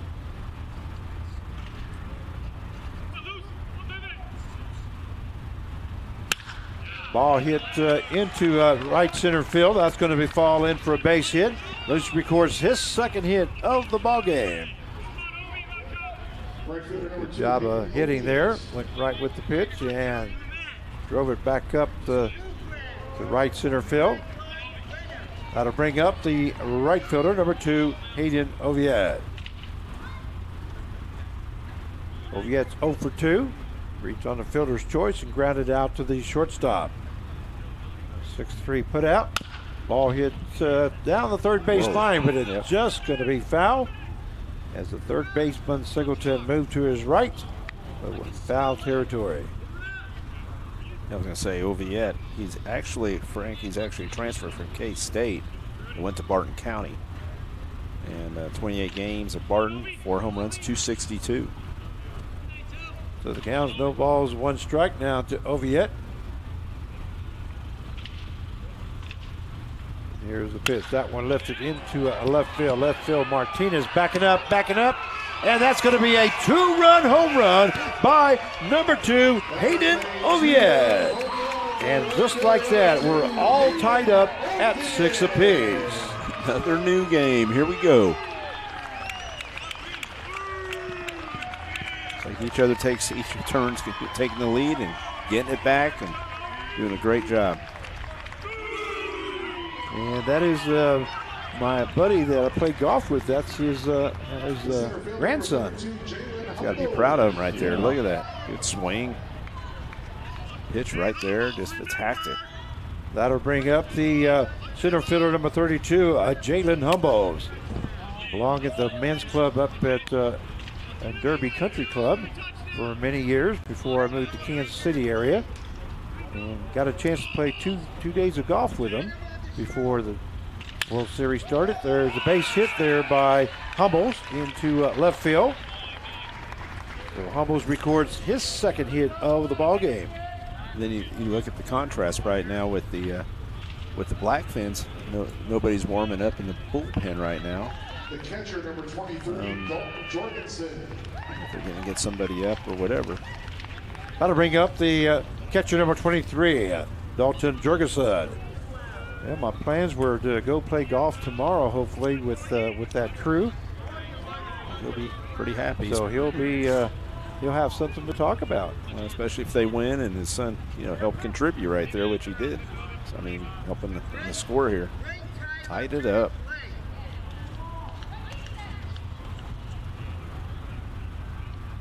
There is some activity going on right now with the Blackfins. There goes Humboldt to second base. Throw down, but the ball's on the ground. So Humboldt will be on with a stolen base. That stolen base is brought to you by Kansas Surgery and Recovery Center.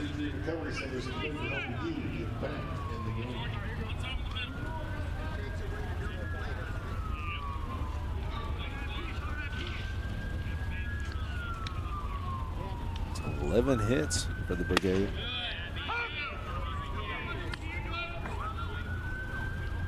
Count goes 1-1 now to Jurgensen. Defensively, it's been a pretty clean game right now. It's been pretty clean. Yes, it is. They have 6 runs on 11 hits. And no errors.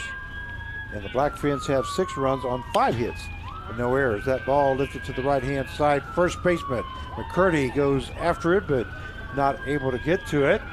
Good effort, though, by McCurdy.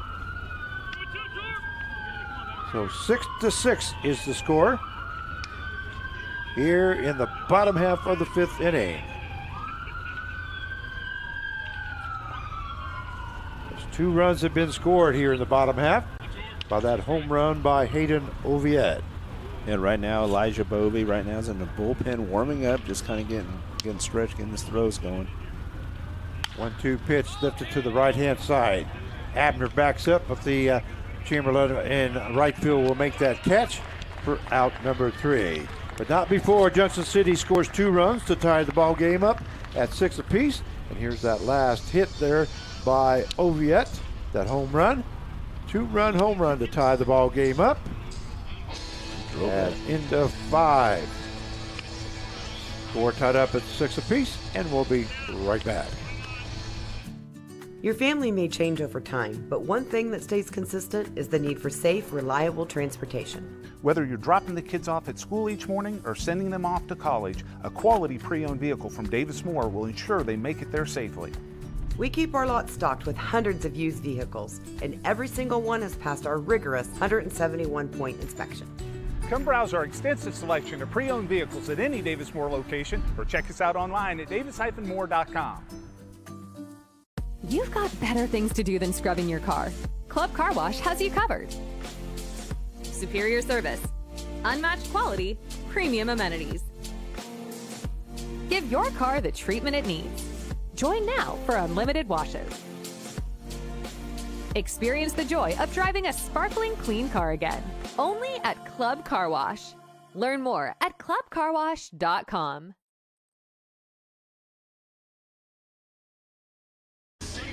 And we welcome you back here to X Stadium for the 92nd National Baseball Congress World Series, powered by Evergy. This is Frank Martinez, your play-by-play announcer, joined by Mark Cavallo. Well, you're missing a good one here. If you're just now joining us, we'll try to catch you up here. In the bottom half of the 2nd inning, the Junction City Brigade scored 4 runs, and they led 4-0. And then Seattle came back in the top half of the 3rd, scored 4 runs to make it 4-4. And it stayed like that until the top half of the 5th inning, where Seattle scored 2 runs to make it 6-4. And then in the bottom half of the 5th inning, Junction City scored 2 runs to tie the ball game up at 6 apiece. So now we're in the top half of the 6th, and up is center fielder number 17, Jeffrey Perrin. And Carr, remember I told you that a buddy of mine's grandson's the one who hit that home run. I happened to look down to see where he was sitting at when that home run was hit. And, of course, he was standing up cheering. And just a second ago, I looked back down there again, and he was still standing up. So he's still cheering, excited about it. Yeah, I would too. I would too. Count is 3 balls and 1 strike now to Perrin. It's neat when you have somebody in your family, especially a grandson. Yes. When you've been there, it's neat. Yeah. So the count is 3 balls, 1 strike. Well, I remember that one is inside, so that will be ball 4. So Perrin will be on at first base with a walk, and that'll bring up the second baseman, number 0, J.J. Abner. Now I remember when my granddaughter, she plays softball, and for the school at Mulvane, and my son sent me a video of her hitting her first home run. Oh, wow. That's awesome. And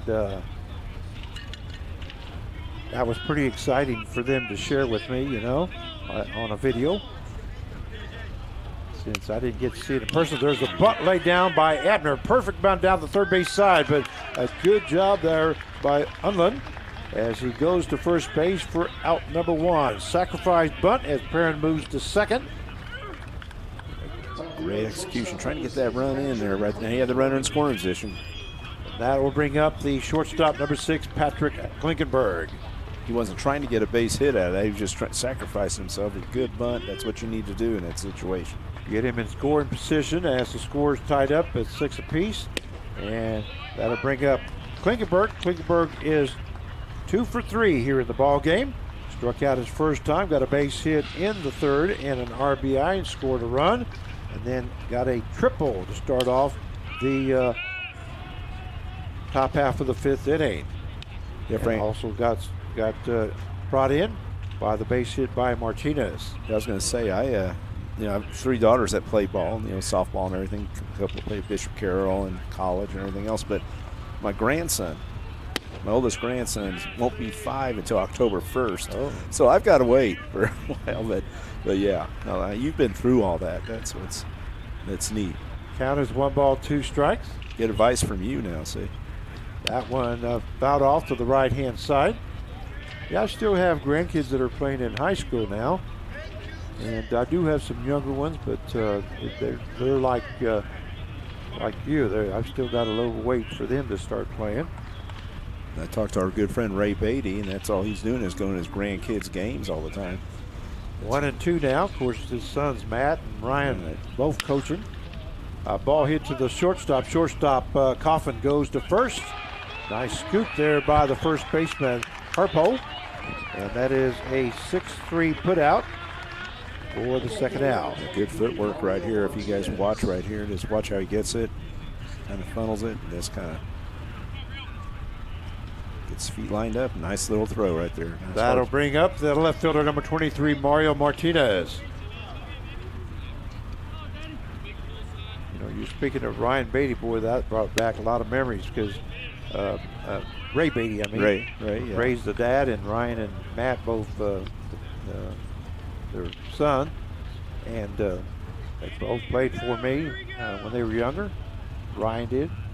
That one was check swing.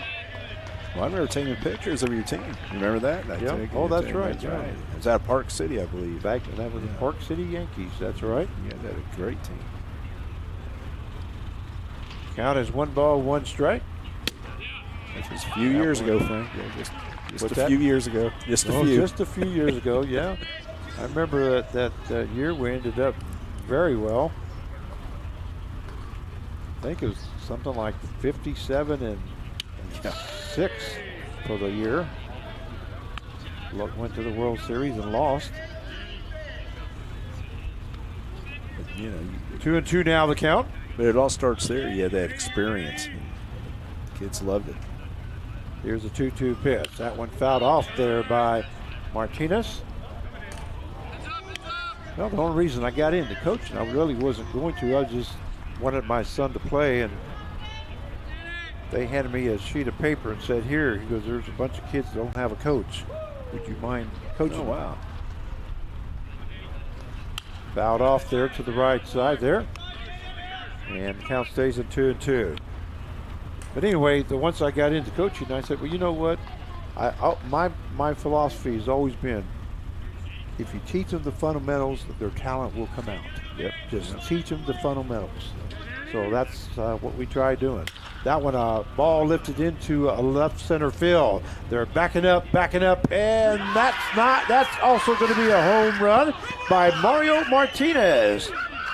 A 2-run home run by Martinez. That is his 4th home run here in the NBC World Series.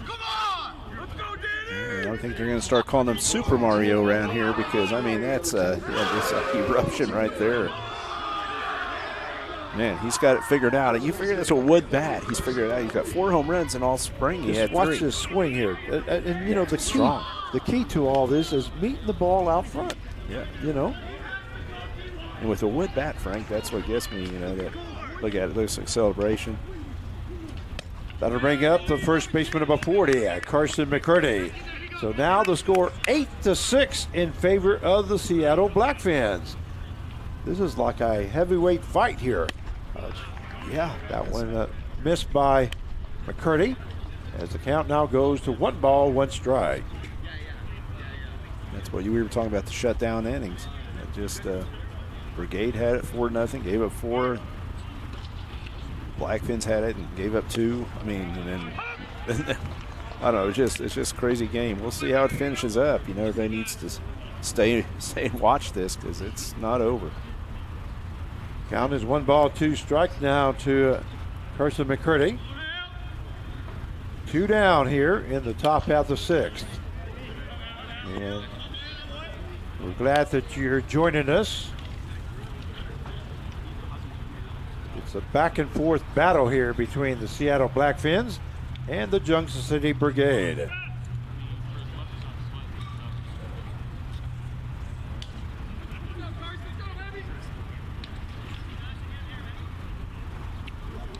Again, 2 outs. It's 2 outs. This is number 40 up there now. McCurdy? Yeah. And hits one into right field, in for a base hit. I mean, this is something that, remember we talked when we had Luke Robertson up here talking about with 2 outs, why it's so tough for pitchers lately. I mean, I noticed that in college. You get 2 outs, you give up runs. So McCurdy records his first hit. There's a swing and a miss there by Camden Raymond, who's up next. We have 2 down here in the top half of 6th. Raymond grounded out to the pitcher in the 2nd and in the 3rd, and then got hit by a pitch in the 5th and was left stranded at 3rd base. Here's the toss. That one misses outside as the count now goes to 2 balls and 1 strike. Yeah, like I said, I like his approach. I say it every time because I like his approach. He's very patient. He makes pitchers work. 3-1 now the count. This should be his pitch right here. See what he can do with it. Unlund now with his 32nd pitch. That one lifted for the 3rd base side, and it's going to be out of play. Good effort right there. So the count will go full now at 3-2. With the runner on at first base and 2 down, McCurdy will be taken off on the pitch.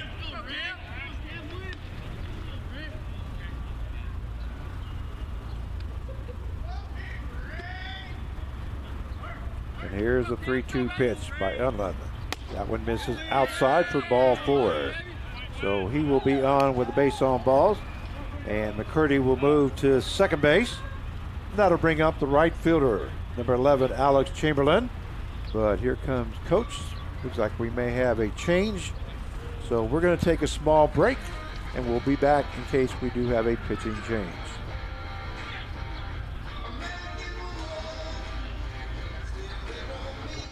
Hey, howdy ho, neighbor! Request to locate, huh? I think I know what I'm doing. I'll be done before you could spell 811. Digging without locating the underground utilities is like driving with your eyes closed. It's fine! Jeb, what did you do? I think I broke the law! Safety is in your hands. Every dig, every time. Click or call Kansas 811. And we welcome you back. And no pitching change for Junction City. So Unlund is still in there. Alex Alexander, the batter. That ball lifted to the right-hand side. Looks like Oviet coming in, moving to his right, makes the catch for out number 3. But not before Seattle scored 2 runs. They score 8-6 now. And here's that home run there by Martinez. We'll take a look at that one more time as the score moves to 8-6 in favor of the Seattle Blackfins. And we'll be right back. When you look for a place to learn, train, and grow, you need something that fits with your life. At Butler Community College, we want you to reach your goals in the most affordable way possible. That's why we keep our tuition rates low, so you don't have to stress about your future. It's why we offer hundreds of scholarship opportunities for pursuing your passion. And it's why we work hard to provide a professional higher education at a lower price tag. Butler Community College. Let's get started.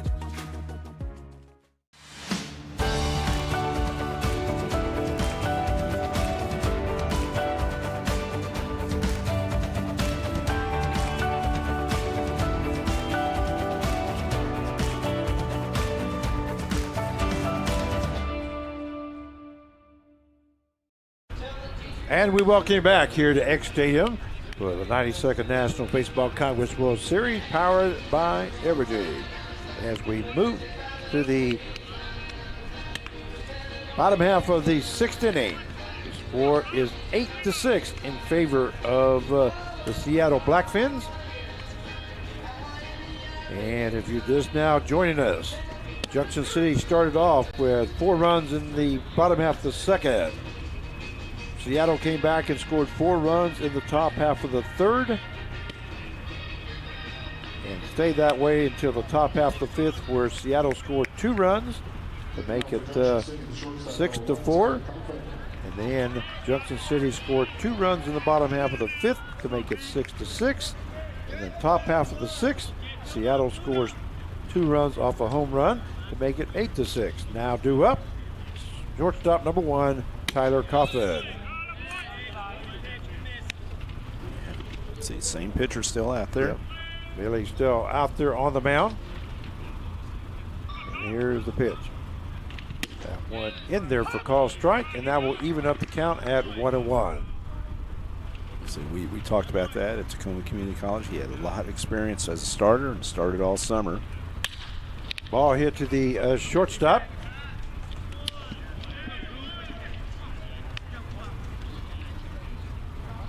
Klinkenberg goes over to first base McCurdy for out number 1.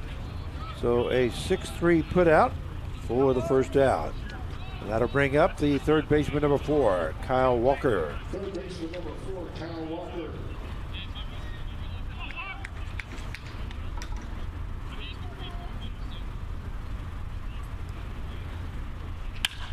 Ball lit to the left side. Shortstop backing up, the left fielder coming in. And it is Martinez making the catch for out number 2. Second baseman number 7, Martinez in left field. So we have 2 down now here in the bottom half of the sixth. That'll bring up the second baseman number 7, Chad Pantuzzo. You know, one thing about summer ball, Frank, let's take Martinez. He's going to go back to college with a lot of confidence, especially after what he performed here. And a lot of guys, that's what summer ball can really help you out. Hard hit ball into left center field. That's going to be in for a base hit by Pantuzzo. And again, 2 outs, base hit. See, seen that a lot. And that'll bring up the first baseman number 20, Braden Harpo. And I'm a coach, and I'm trying to figure that out. What happens? That's what Luke Robertson and I were talking about. You have 1, 2 outs. You got most of the tough stuff done. I'll be researching that. First pitch in there for call strike 1.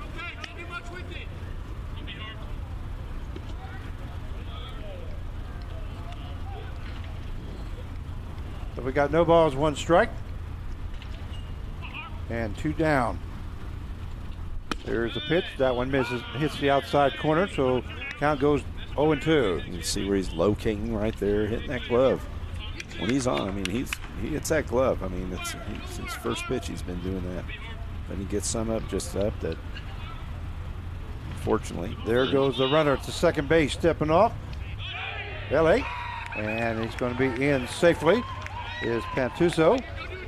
That stolen base is brought to you by Kansas Surgery and Recovery Center. From game day to every day, Kansas Surgery Recovery Center is committed to helping you recover and get back in the game. And the runner in scoring position right now in this little base hit. That one misses for ball 1, so the count goes 1-2.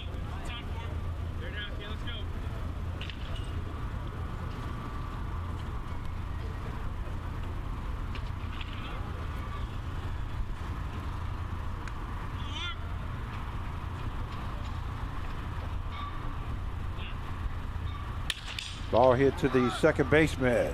Abner moves to his left, over to McCurdy for out number 3. So a 4-3 put out for the third out. So at the end of 6 innings of play, it is the Seattle Blackfins 8 and the Junction City Brigade 6. And we'll be right back. Maybe you're just installing a mailbox. Do you still need to call 811? Absolutely. Buried utility lines are everywhere. Installing mailboxes and fences are examples of projects that require you to call 811 so that you know what's below before you dig. Hitting a line can knock out service to your home and neighborhood, resulting in fines, damages, serious injury, or worse. Safety is in your hands. Call 811 before every dig. At Evergy, we're focused not just on what we power, but on who we power, right here in our community. We provide payment assistance to our neighbors who need it. Invest in organizations and people, creating opportunity for all to benefit. And volunteer our time around our hometown so that together we improve it, because we're committed to spreading good energy throughout our community. Evergy, the utility company. And we welcome you back to Egg Stadium for the 92nd National Baseball Congress World Series, powered by Evergy. As we go to the top half of the 7th inning, the score 8-6 in favor of the Seattle Blackfins over the Junction City Brigade. And it looks like we got a new pitcher now for Junction City. And who is that? Yeah, that's Mark Hoffman, the lefty from Clay Center, Kansas. 6'3", 210 pounds, plays his collegiate ball at Washburn, and he'll be a senior. So Hoffman now on in relief for Junction City. First person he'll be facing is the catcher number 25, Cooper Barrow.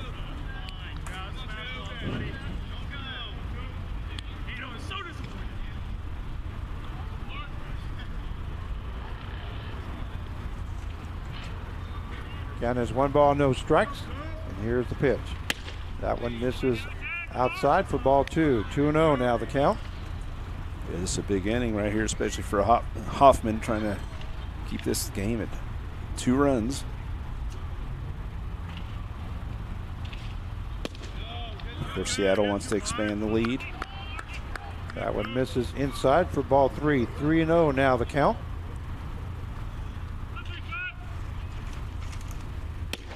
And that is ball 4. Sparrow will be on base. That is his 3rd time on the base path.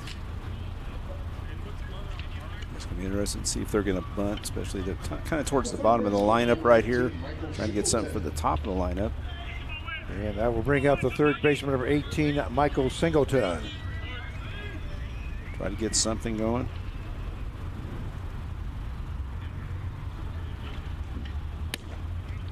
That one in there for call, strike 1.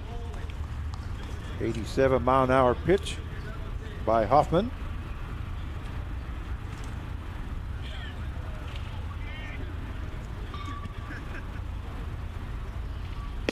Swing and a miss there by Singleton. It's 79 right there. And the count goes 0-2 now. Singleton's 0 for 2 as he walked, scored a run, and has 2 strikeouts. That one misses for ball 1. 1-2 now the count.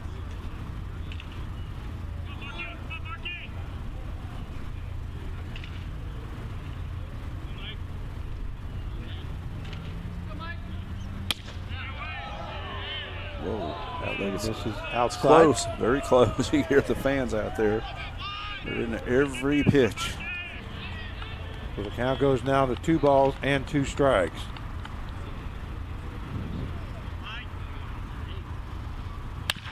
Ball hit down the third base side. That's going to be foul.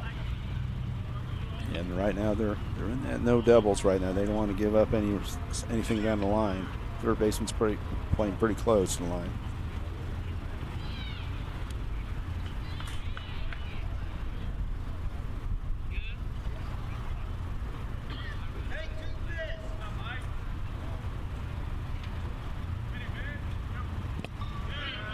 inside for ball 3. 3 balls, 2 strikes now to Singleton.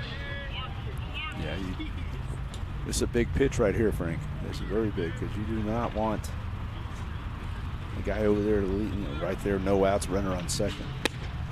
Big pitch. Swing and a miss there by Singleton as he goes down for out number 1. And that'll bring up the center fielder, number 17, Jeffrey Perrin. See, look at the break on this side. Great pitch there by Hoffman.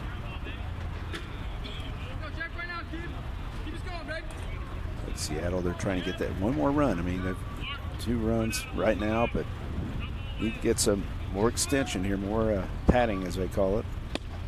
That one in there for call, strike 1. They've got more activity in both of the bullpens.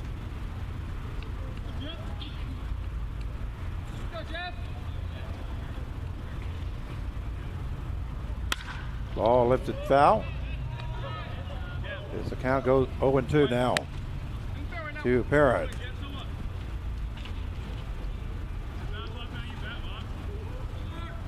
Top of 7. 8-6 the score. Favor of the Seattle Blackfins. Ball hit to the right-hand side. And Tuso goes to Coffin. And Coffin goes to Harpo for the double play. So a 4-6. 4-6-3 for the third out. So at the end of 6.5, it is Seattle Blackfins 8 and the Junction City Brigade 6. And we'll be right back.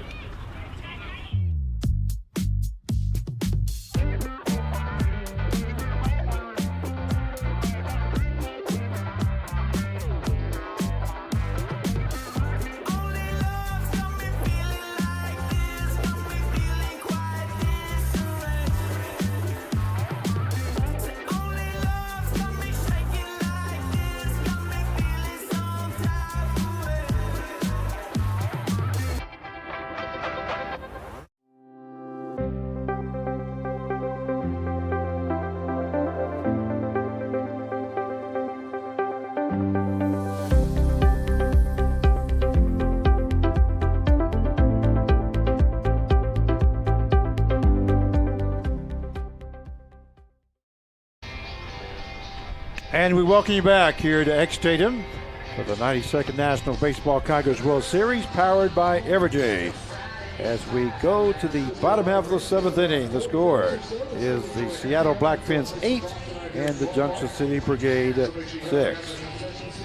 And still pitching is Bailey. 2 up here in the bottom half of the 7th inning. We'll have the designated hitter, number 17, Cale Ortner, followed by Luce and Oviatt.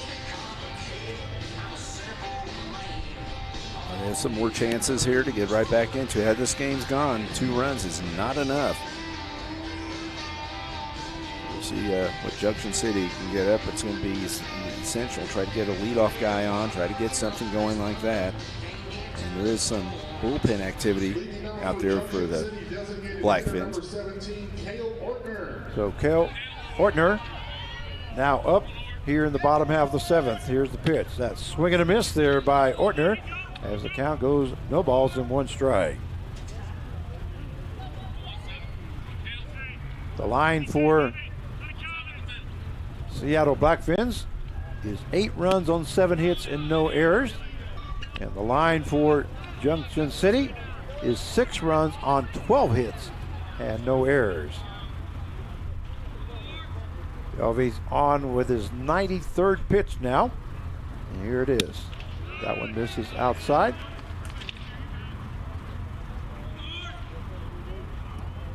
As the count goes to 1 ball, 2 strikes. Swing and a miss there by Ortner as he goes down swinging for out number 1. It's pretty quick work right there. He still has it. He still his movement right now. Look at this. Look at that. Wow. It's hard to hit that. It's definitely hard to hit. It's hard to stay back. And that is only the 3rd strikeout by Belvey. brings it up loose. As the count goes, no balls, one strike. It's not like he's overpowering people. He's just mixing it up really well. Ball lifted to the first baseman, and McCurdy jumps up and makes the catch for out number 2. But you don't need that many strikeouts when your defense is working for you. That's the whole thing. When you work ahead, you have your defense working. Look at that. Take a look at this one more time. You see McCurdy jump up and makes the catch. That'll bring up the right fielder, number 2, Hayden Oviatt. Oviatt hit a 2-run home run his last time up. It's left center field. Ball hit to the shortstop, Klinkenberg. Goes over to McCurdy for out number 3. So a 6-3 put out, and at the end of 7 innings of play, it is the Seattle Blackfins 8 and the Junction City Brigade 6. And we'll be right back. Wichita is slightly off-center, which is what makes it fun. Swim with otters. Climb, play, and dream big in the air capital of the world. Watch fire dance across the sky at the Keeper of the Plains, and step into experiences that aren't behind glass.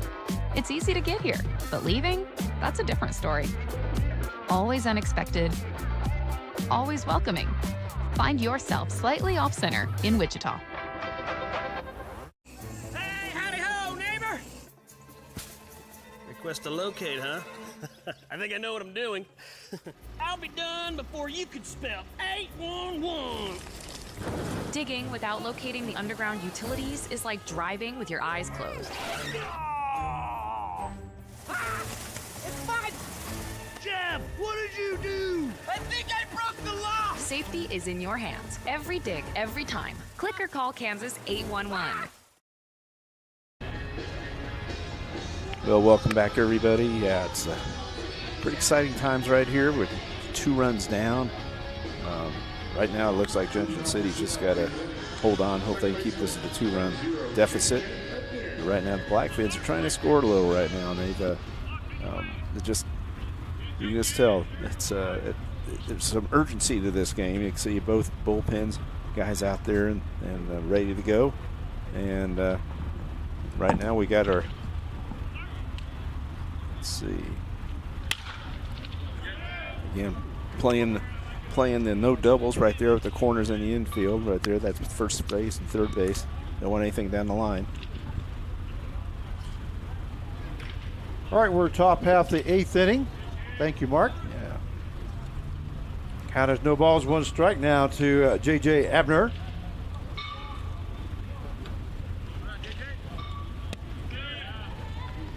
That one misses low, and the count will go to 1 ball, 1 strike. It's just 2 different thoughts right now as a coach, and we just got to add on. The other ones are saying, hey, we can't let them score. We'll catch them again.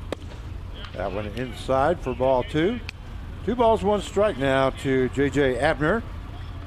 Abner had a sacrifice bunt his last time up, and it worked because Barron scored. Misses outside, 3-1 now, the count. Hoffman mixing it up a little. I mean, just trying to go that outside back door right there. Just missed.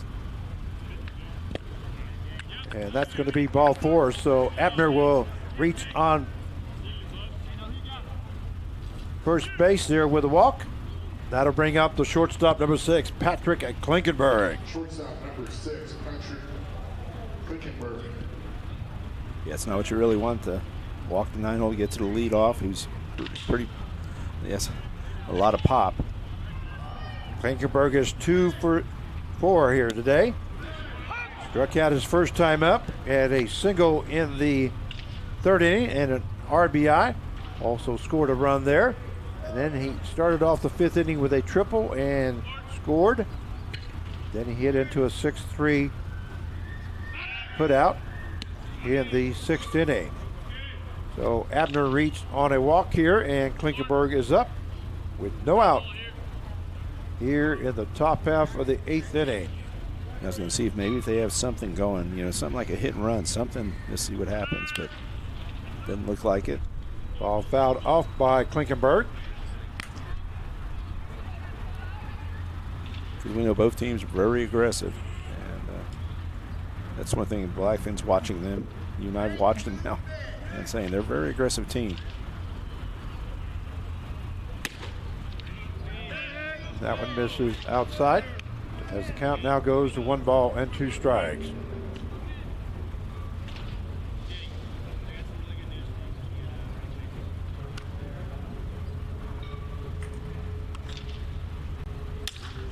Ball lets it into left field. That's going to fall in for a base hit for Klinkenberg as he records his 3rd hit of the ball game. Let's see, I was going to say, look at this. If we see a replay on that pitch, because I thought I could say from up here and missed this spot. And Abner is on at second base. That'll bring up the left fielder, number 23, Mario Martinez. And here's that home run by Martinez this last time up. And that put Seattle up 8-6 as the score was tied up. At that point, first pitch in there to Martinez is called strike 1. You definitely have to watch how you pitch to this guy. We know that. He's 2 for 4 today, home run, scored a run. And here's the pitch. A swing and a miss there by Martinez. Change right there. I'm sure Martinez is ready for that fastball. The first fastball come right in there. He probably won't get that. We have Abner on at second, Klinkenberg on at first, and there's the ball, the hard shot to Coffin at shortstop, over to Petuso, and there's a force out at second base, but not going to be able to double him up. Yes, Petuso's throw was, it looked like he was set up outside, and that ball came in. The right field side of first base. Say Frank's very fortunate because that ball, he was set up outside the catcher, and the ball came right in. And that's kind of Martinez will be on at fielder's choice, and it is a 6-4 put out. Moving over to third base was Abner. Pitch now to McCurdy. That's ball 1.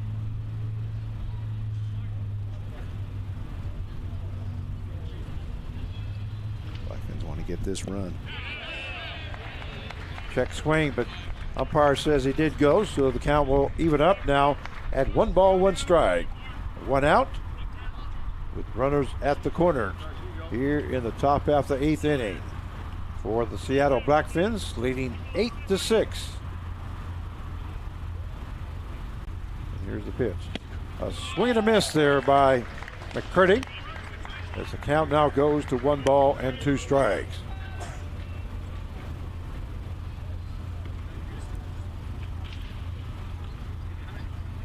Mixing it up with his off speed. Once he can locate that. Throw over to first base.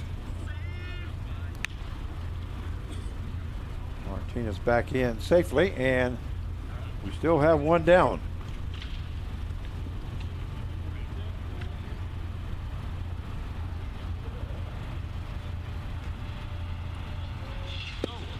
And that one misses outside as the count now goes 2-2.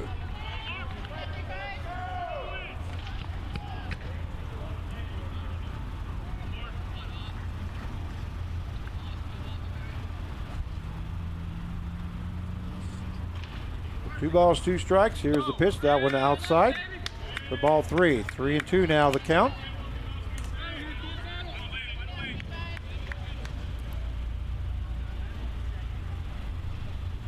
Let's see what he's going to call right here. I'm just trying to look there.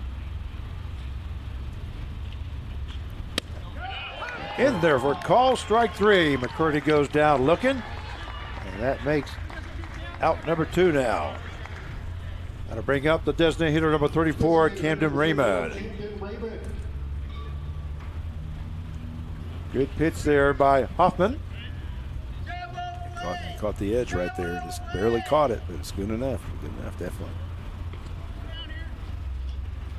That one misses inside.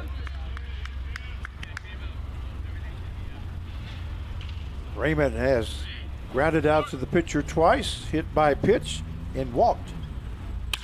Hard hit ball to the shortstop. Shortstop Kaufman goes to second base, but not going to be. It's not going to be in time because the ball gets away from the second baseman. So a run scores as Abner comes in from third base, and Martinez is safe at second.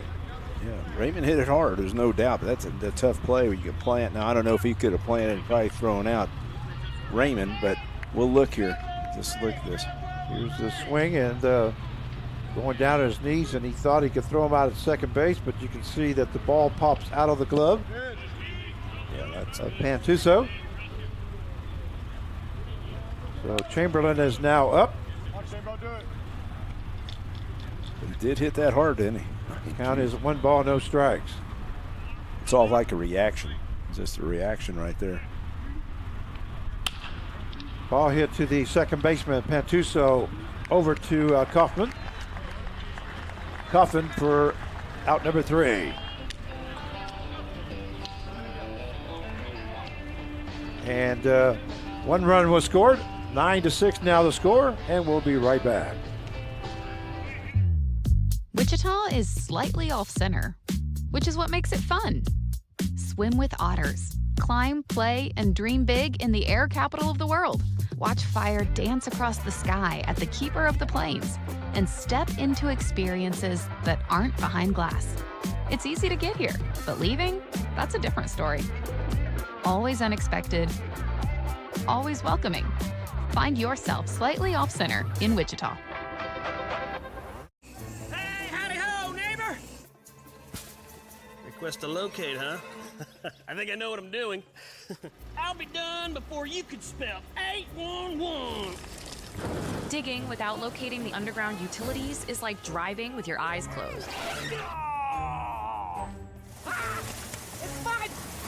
Jeb, what did you do? I think I broke the law! Safety is in your hands. Every dig, every time. Click or call Kansas 811. And we welcome you back to X Stadium for the 92nd National Baseball Congress World Series, powered by Evergy. As we go to the bottom half of the 8th inning, the score is 9-6 now in favor of the Seattle Blackfins over the Junction City Brigade. 2 up in the bottom half of the 8th inning will be the center fielder number 32, Jalen Humboldt. And still pitching is number 19 for Seattle. That's Dylan Relay. Yeah, it's, you and I were talking about starting pitching in this, how far they can go. We saw last night a guy throw a complete game, and now we're seeing a guy that's on his way to that, possibly starting pitcher. First pitch in there called strike 1. Batter is center fielder number 32, Jalen Humboldt. Humboldt is 2 for 3 here today. He got a single in the second inning, flew out to right field in the 3rd, and then had a base hit in the 5th, and a stolen base ended up at second base.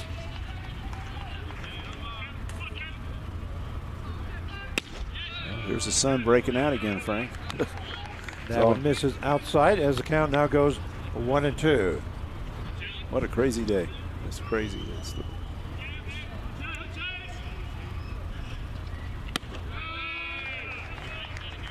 That one misses as the count now goes 2-2. And it's tough, like I said, to take him out because he's been on a roll. I know he's given up some runs and all that, but he's still, he's throwing strikes.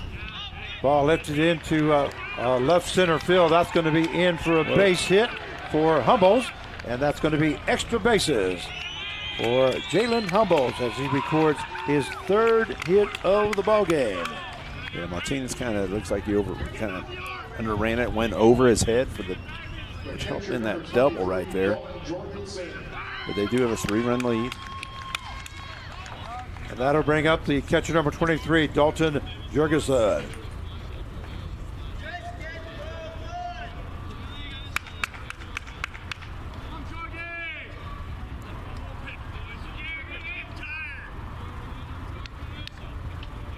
Here's the pitch. That one lifted into right field. That's going to fall in for a base hit.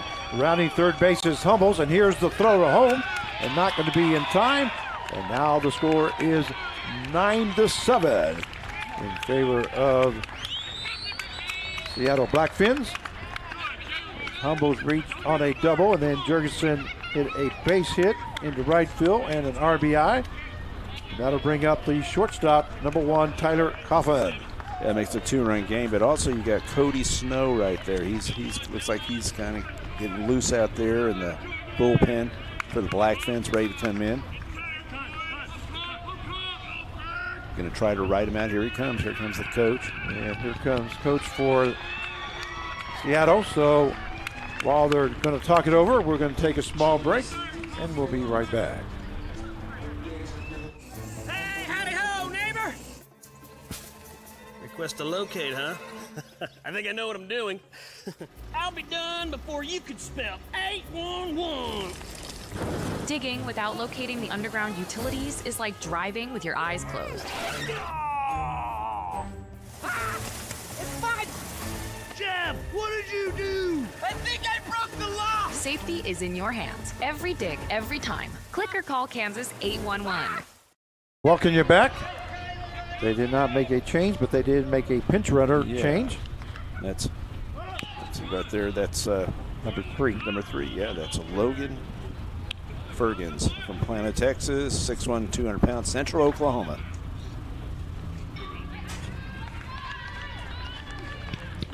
So Logan Fergans now coming in to pinch run at first base for Jurgensen. That's probably courtesy runner, since Jurgensen is the catcher.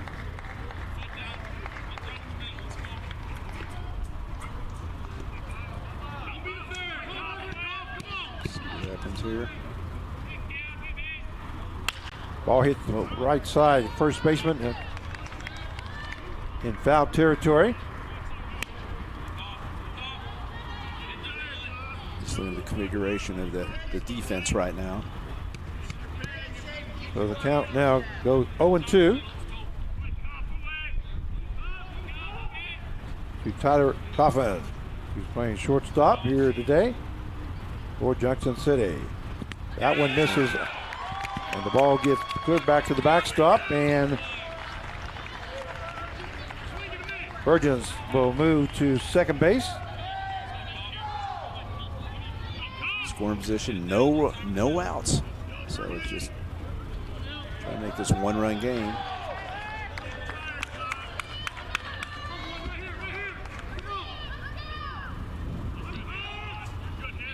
So 1 ball, 2 strikes, and here's the pitch. That one lifted into center field. Center fielder Perrin able to move him over. Makes the catch.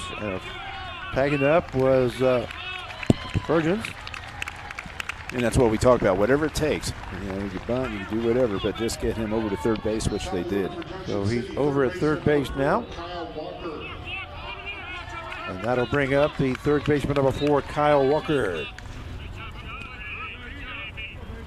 Walker, the leadoff hitter.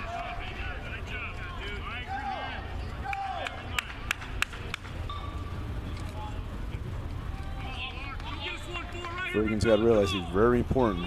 He's got to watch what he does, see the ball through. Ball hit into left field, and that's going to score a run. Coming in to score is Fergusson. And a base hit there by Kyle Walker, and an RBI. Now takes the score to 9-8 in favor of the Seattle Blackfins. 2 runs have scored here in the bottom half of the 8th inning for the Junction City Brigade. That'll bring up the second baseman, number 7, Chad Pentuso. I think he's done pretty well against him, so that's, keep him, just get out of this inning. Go over to first base. I know Snow, it looks like Snow is ready, the guy in the bullpen for the Blackfins.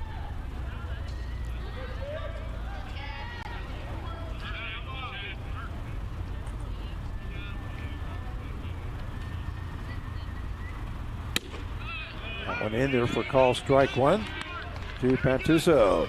Pentuso struck out his first time. He had a 6-3 put out in the second.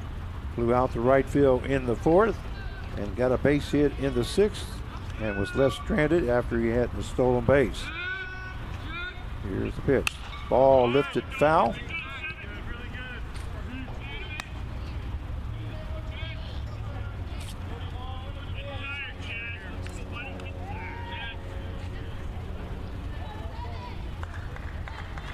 Yeah, it's all kinds of strategy going on here. You know, keep them in, keep them out, take them out, whatever. We'll see what happens. Oh, ball hit to. Yeah, that was basically the old saying, tailor-made type double play ready to happen, but it did not happen, as you can see. We'll take a look at here. Ball hit to the shortstop and just went right under his glove there. So Walker is now at second base. And here comes the coach. Yeah, I mean, he had he really had an opportunity to get out of this inning right there. And you and I were talking about it because that's the first error of the game, Frank. Yep, first error of the game. So we'll have runners on at first and second, and we are going to have a pitching change. I think we want to take a break, and we'll be right back with that pitching change. Hey, howdy ho, neighbor! Request to locate, huh? I think I know what I'm doing. I'll be done before you could spell 811. Digging without locating the underground utilities is like driving with your eyes closed. It's fine! Jeff, what did you do? I think I broke the law! Safety is in your hands. Every dig, every time. Click or call Kansas 811. And we welcome you back to X Stadium for the 92nd National Baseball Congress World Series as we have a pitching change. And Velvey ended up throwing 113 pitches. And our new pitcher is Cody Snow from Mount Lake Terrace in Washington. 6'3", 215 pounds, Montana State Billings. He will be a senior this year. So we have a new pitcher, and that call to the bullpen is brought to you by Kansas 811. Whether you're planting a tree, building a fence, or starting your next project, always call 811 before you dig. That's Kansas 811. Know what's below before you dig.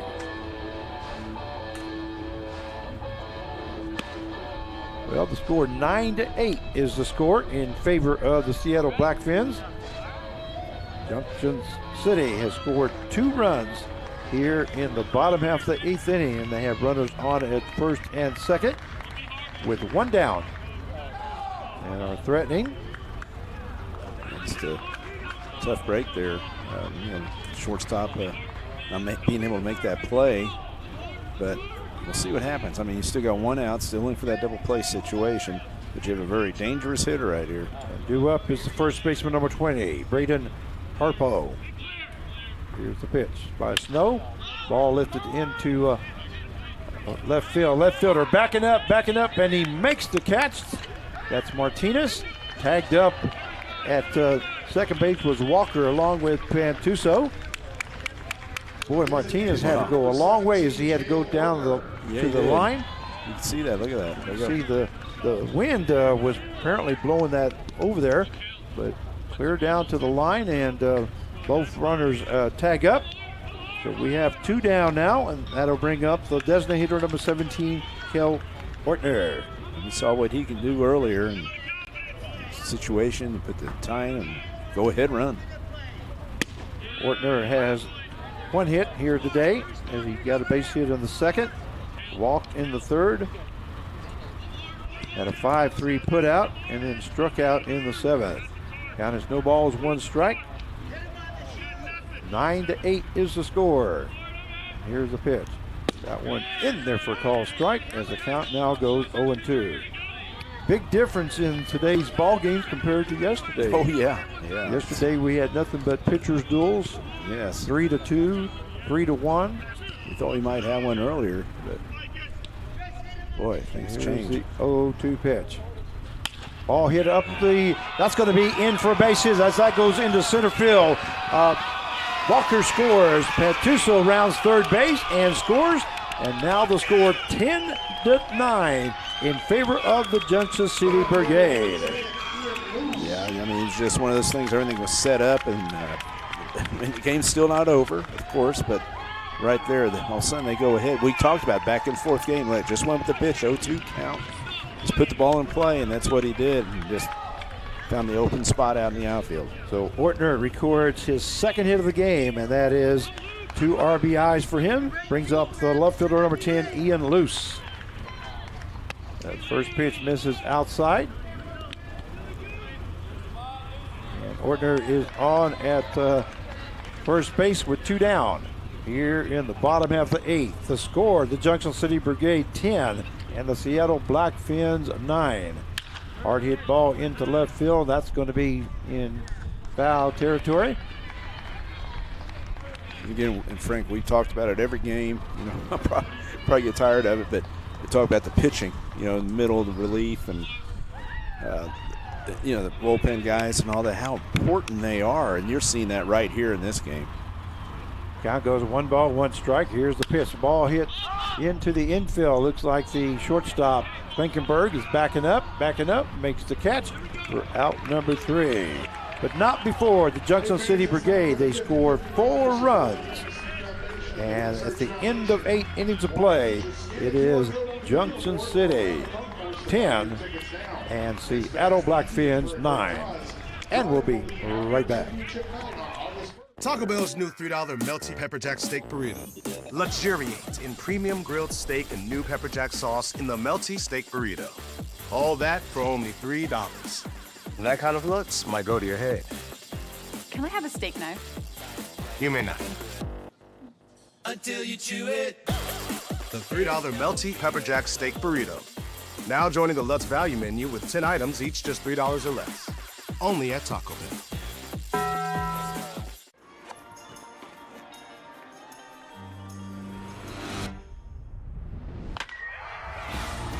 Live for the bases loaded. For the full counts. Live for the away games. For the strikeouts. Live for the high fives, the pop flies, and the moonshots. That's my girl. There's my slugger. Live for the big moments and the little ones. Live the game like never before. And we welcome you back to X Stadium for the 92nd National Baseball Congress World Series. We're going to see the highlights here in that bottom half of the 8th inning as the Junction City Brigade score 4 runs. And little, not bloopers, they're just... No, but see, that was a 2-strike approach right there. I mean, they just put the ball in play. And wasn't that bad a pitch. Just get guys on base and get them across. Due up here in the top half of the 9th inning, it is the catcher, number 25, Cooper Barrow.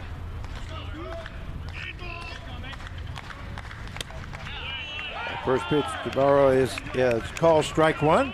He flew out the center field the first time, walked in the 4th, reached on the fielder's choice in the 5th, and walked in the 7th. That one in there for call strike as the count goes 0-2. And Hoffman is now in with his second inning of work. And he has a total of 37 pitches now. Here's the pitch. That one misses low for ball 1. Back and forth this battle has been. No doubt. We kind of knew it with that. You just feel it. Here's the 1-2 pitch by Hoffman. A swing and a miss, and Barrow goes down swinging for out number 1. And that'll bring up, looks like a pinch hitter. Let's see what he's got. Looks like it's number 9. No, number 4. Okay, number 4 coming in. Andrew Van Egdom, switch hitter from Anna Cortez at Washington, 5'11", 180 pounds, Gateway Community College. Van Egdom. Van Egdom, okay. So Van Egdom now up. That one misses low for ball two. 2-0 now the count. Yeah, it's so important to get that. You know, you try to get a runner on for right now for the Blackfins. Whatever can happen, you've seen it in this game. That one misses. Low for ball three. 3-0. We definitely don't want to put anybody on base. Right. It's just one run lead. Okay, just basically want to get this over with. That was in there for call strikes. The count now goes 3-1. 85, I believe, Frank, right there. So in that outside corner. 3 balls, 1 strike. Here's the pitch. That one hit to the third baseman. Third baseman Walker goes over to first to Harpo for out number 2. So a 5-3 put out for the second out. And looks like Seattle's down to the last out here. That'll bring up the center fielder number 17, Jeffrey Perrin. Perrin got a base hit his first time up and scored a run. Struck out in the 4th. Got on base with a walk in the 6th and scored a run. And then hit into a 4-6-3 double play. That one fouled off along the third base side. Walker was trying to get to that one, but couldn't in foul territory. We've been talking about how teams get the first 2 outs and then let up or something right here. Believe me, right now, the Brigade wants to go 1-2-3. Game over. Blackfins, let's get somebody on. You never know in this game. And here's the pitch. Ball hits to the right-hand side, and that's going to be foul. So the count will go no balls and 2 strikes. Now the Seattle Blackfins are down to their last strike.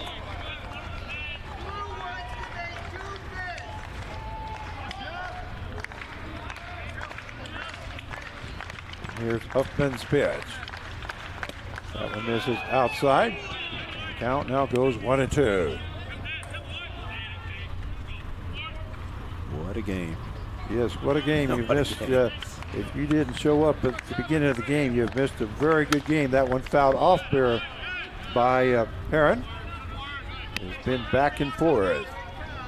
I'll tell you, very gutsy performance, the starting pitcher for the Blackfins. Yes, he pitched a good game.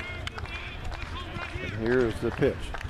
Ball is fouled off there by Perrin. Junction City scored 4 runs in the bottom half of the second. Seattle scored 4 runs in the top half of the third. And then they scored 2 runs in the 5th to make it 6-4.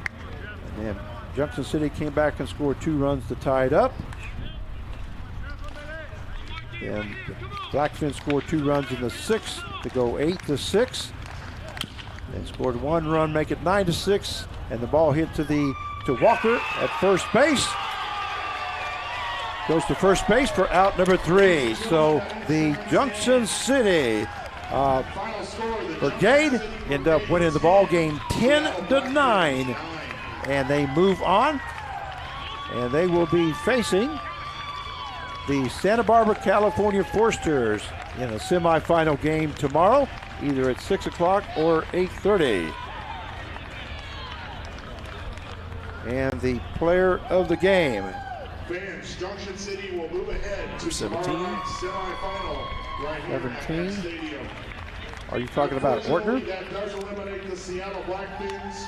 Fans, let's hear it for the Seattle Okay, there's Blackfins for participating because in we the just got NBC World Series. a piece of paper that says Mario Martinez was the player of the game. Probably before. Okay, that's old news. Okay. All right, our player of the game looks like it's going to be number 17, Cale Ortner. The Midwest Ford Dealers player of the game. And once again, we thank you very much for watching the final score.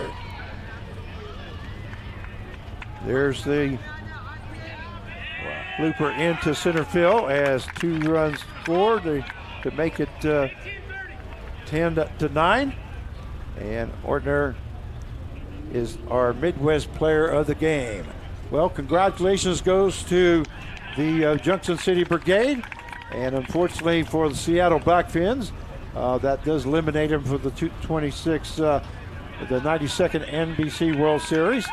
And they once again, Junction City will be facing Santa Barbara. Stay tuned for our next game. That game and featured game will be Alaska Go Panthers versus the Hudson Monarchs.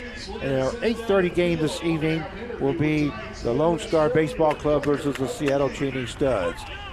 Okay, Mark, any final thoughts before we get off the air? Well, I just say, what an exciting game. Either way, both of us couldn't figure it out, but the Brigade got through it to live for another day, and we'll see how they finish up tomorrow. But, man, great game, Frank. Good job there by Huffman coming in the last 2 innings for Junction City. Well, this is Frank Martinez along with Mark Cavala wishing you a good evening. Once again, you can come back and join us at 6 o'clock for the Alaska Go Panthers versus Hutchinson, or you can join Mark and I at the 8:30 game between Lone Star and the Seattle Studs. We thank you very much for joining us, and we'll see you next game.